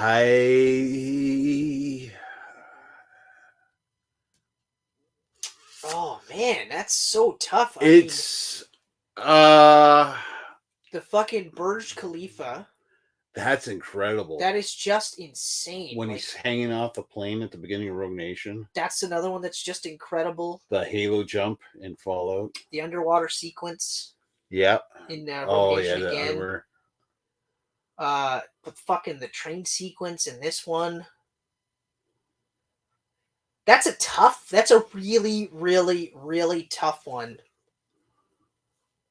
But, fuck, man. You know what? I'm going to say the Halo jump in Fallout. That's what I'm And I'm going to say it because he had to jump with the guy with the camcorder, and they had to stay together the whole time. Yeah, I'll have to agree with because I was going back to the Halo jump too. There was so much involved in that shot. Yeah, I would actually, I'll agree with that because I was going back to that one too because I was like, but I can't get over. And you're right, like it had to be with the same dude. Yeah, and they had to do that continuous shot the entire. And you couldn't move too far away, or else you wouldn't be able to catch his dialogue. It was just like it's just no, that's the absolute top for me right now. I'm gonna say that. Yeah.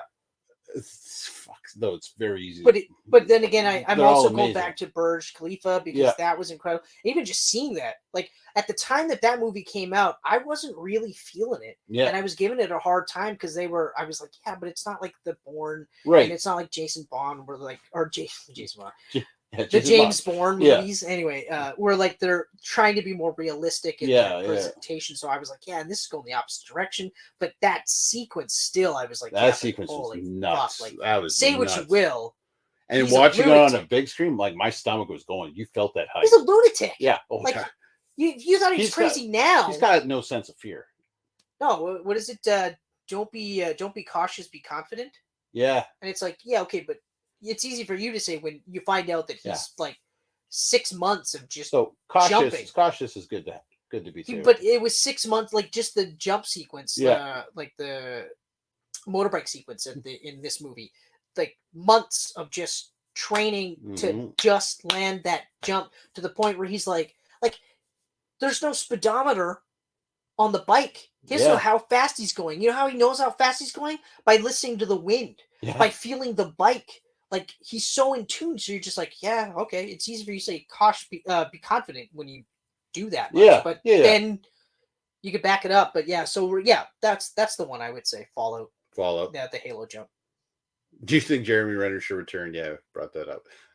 We covered that. But to recap, ultimately, yes, if there's some merit to it, but otherwise, no. Right. If it's a cameo, fuck it. I agree with that. Who should be the next MCU actor to join Mission Impossible? This is funny because there's a lot of MCU actors in this one. Yeah. You know. Yeah.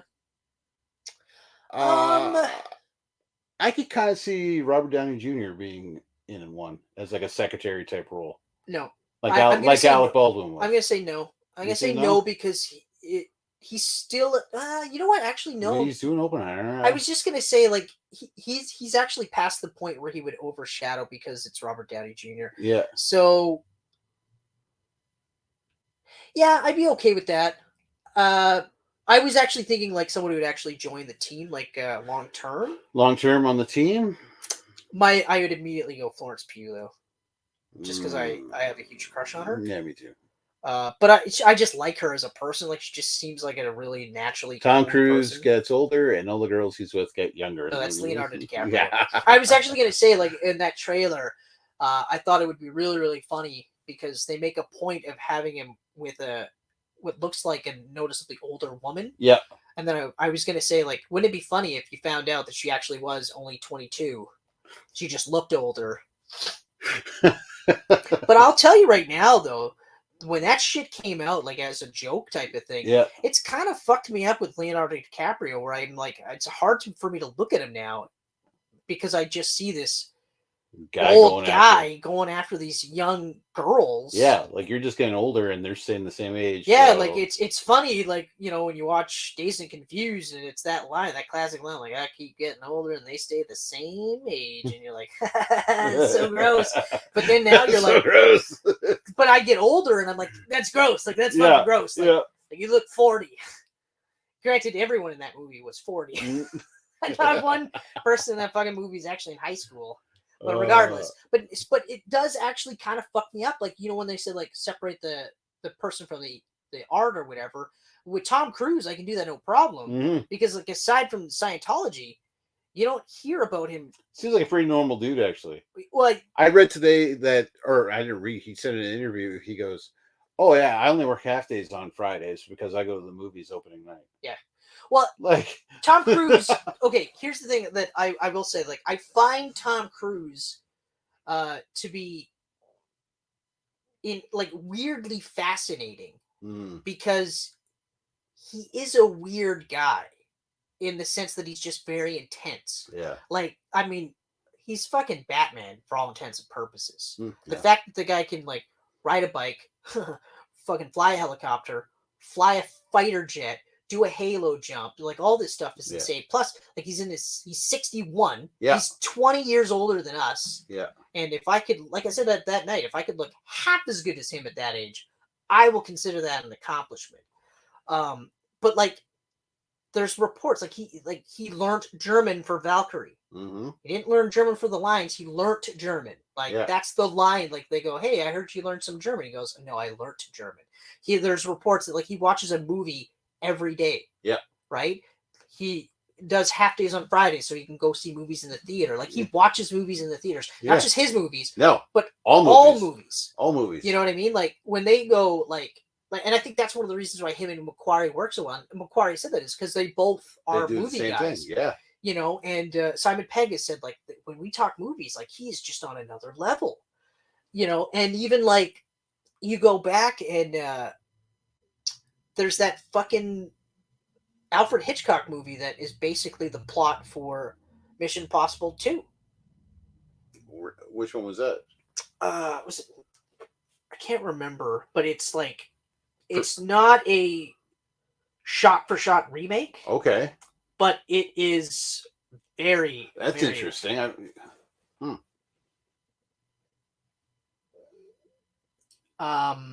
Oh fuck. There's so it's kind of like Soldier in Terminator 2. Okay. Yep. So. Okay, I get that. Production. Where is it? Oh, fuck.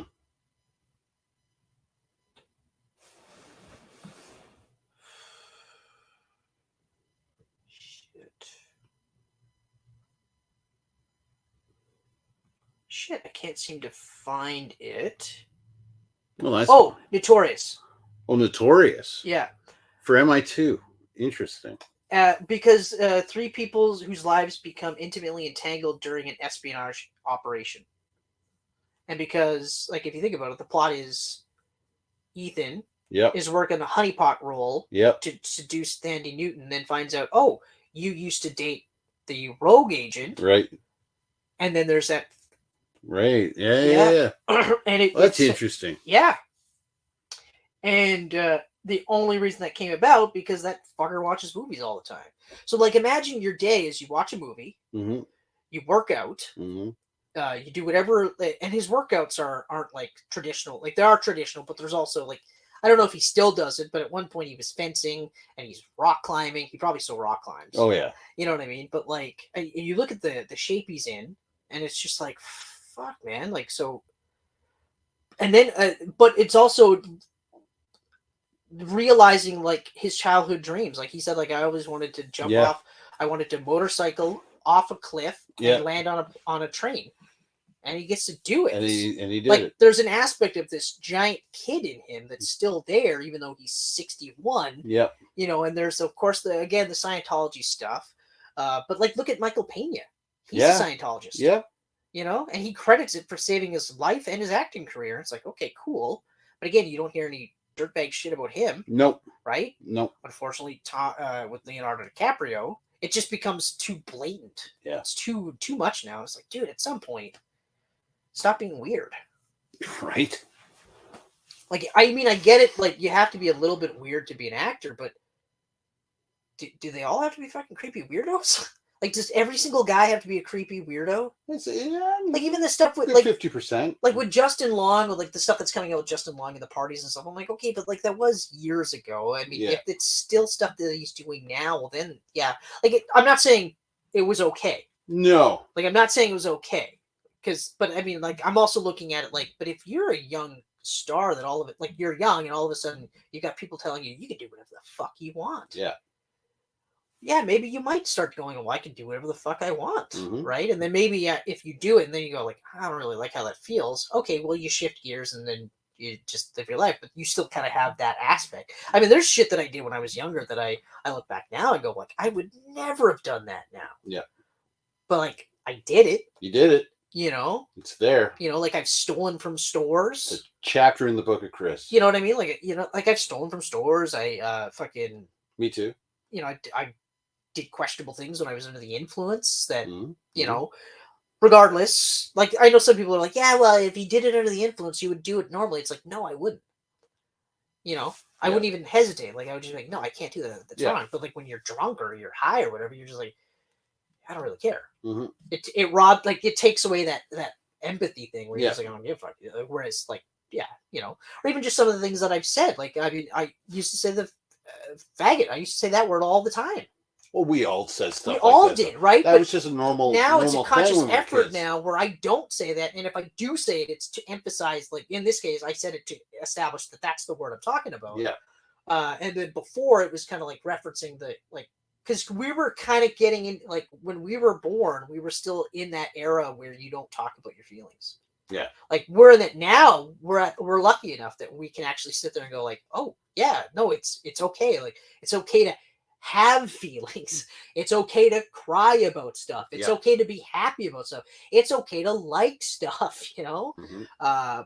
But but anyway, so but if you're still doing it, like Leo's age. Yeah. Like, okay, like I get it, you have a certain type, but really? Well, at least and they blew over it pretty quickly. At least he's not Al Pacino making babies to 29-year-olds. I mean, that's one of those. Again, we're talking about adults. 60-year difference. We're talking about adults, right? But it's still. Well, Leo's like what, early 20s though, right? Isn't that, or is he going for teenagers? Well, I don't know that, but basically the cutoff is 25. Okay. So there's a window from 20 to 25. Let's say, for the sake of argument, why 25? I mean, they're still young at 30. The only thing I mean, obviously it's happened so much that like people they chart it, right? And they kind of like, ha ha ha, it's kind of a funny joke, but now I'm like, I can't. It's hard for me. Like I was watching that trailer and it looked amazing, but I looked at him and I was like, man, it must kill you to be starring opposite this woman who looks very much like an indigenous woman. Yeah. And very much looks like she's not in her 20s. It must just kill. Like that's probably the most acting you'll ever see out of him, because he's going to act like he's in love with her, and for real he isn't. Yeah. He's probably just like, and then at the end, the rest of that day, he's just like, I gotta, where's those 22-year-olds? Kissing my mother. Oh God. Where's those 22-year-olds? I gotta feel like I'm young again. And it's like, you can't ever feel like you're young again because you're fucking old. Yeah. No, well, that's true. That's true. But anyway, enough of that. Final question right here. If any past MI actor could return, whether their character died or not, who would you like to see again? Ilsa Faust. Rebecca Ferguson. If it turns out she isn't. Okay. Obviously Ilsa. Okay. But other than that, her, if they had it, whether their character died or not. Okay. Genre, no. I was gonna say Alec Baldwin in the Hundley role, because I honestly, when he died, I was like, no, it was too soon, because like two movies, right? Rogue Nation and Fallout. Yeah, but like only one movie where he was like all in. Yeah. In Rogue Nation there was this scene where he's like, dude, like you don't understand. Yeah. Ethan's made you his mission. Like what is that line? He is the manifestation of destiny. Yeah. Oh. He is the pure manifestation of destiny, and you're just like, oh my God, like whew. The chaos line that Wiggum pulled out in this movie was really good. Yeah. Doesn't top this one. Doesn't top that but one.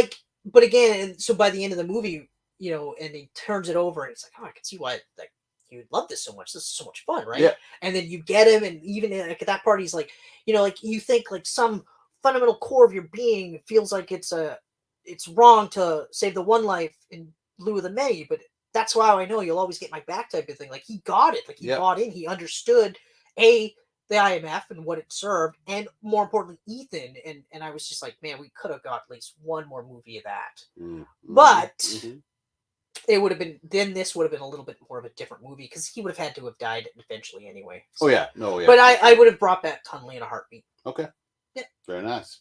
Very nice. That is the Instaquestions, and that is the 4-hour Camcast, just about the length of the movie.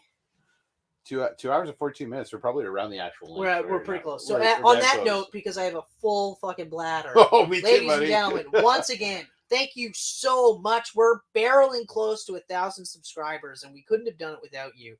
We're in striking distance, so keep it coming. 1,000 subscribers at our 5th anniversary of the Geek Pants. Tell all your friends, tell your sisters, your brothers, your sisters, and your mothers, your brothers and sisters, and all just everybody. Just tell everybody. But more importantly, just thank you so much. Again, I've said it before. We would do this whether we're doing this on camera or not. But the fact that we're doing this and you guys are liking it and enjoying our stuff, it's great. So keep doing that. Keep seeing us on Twitter and on Facebook and on Instagram and on YouTube and on geekpantsmedia.com, and keep listening to us on Apple and Google Podcast and Audible and SoundCloud and Spotify. Just consume all of the media. You nailed that. All of it. We love it. We appreciate it. And Geek Pants for life. For life. No. Man, you came in doing NWO, and you're gonna walk out. Walk out doing NWO. That's right. Well, sometimes you got to be a little bit circular. Full circle. That's there. Full circle, like the Terminator movies. Seriously, I gotta go piss. Yeah, I love you guys. All right, we're gonna sign off right now with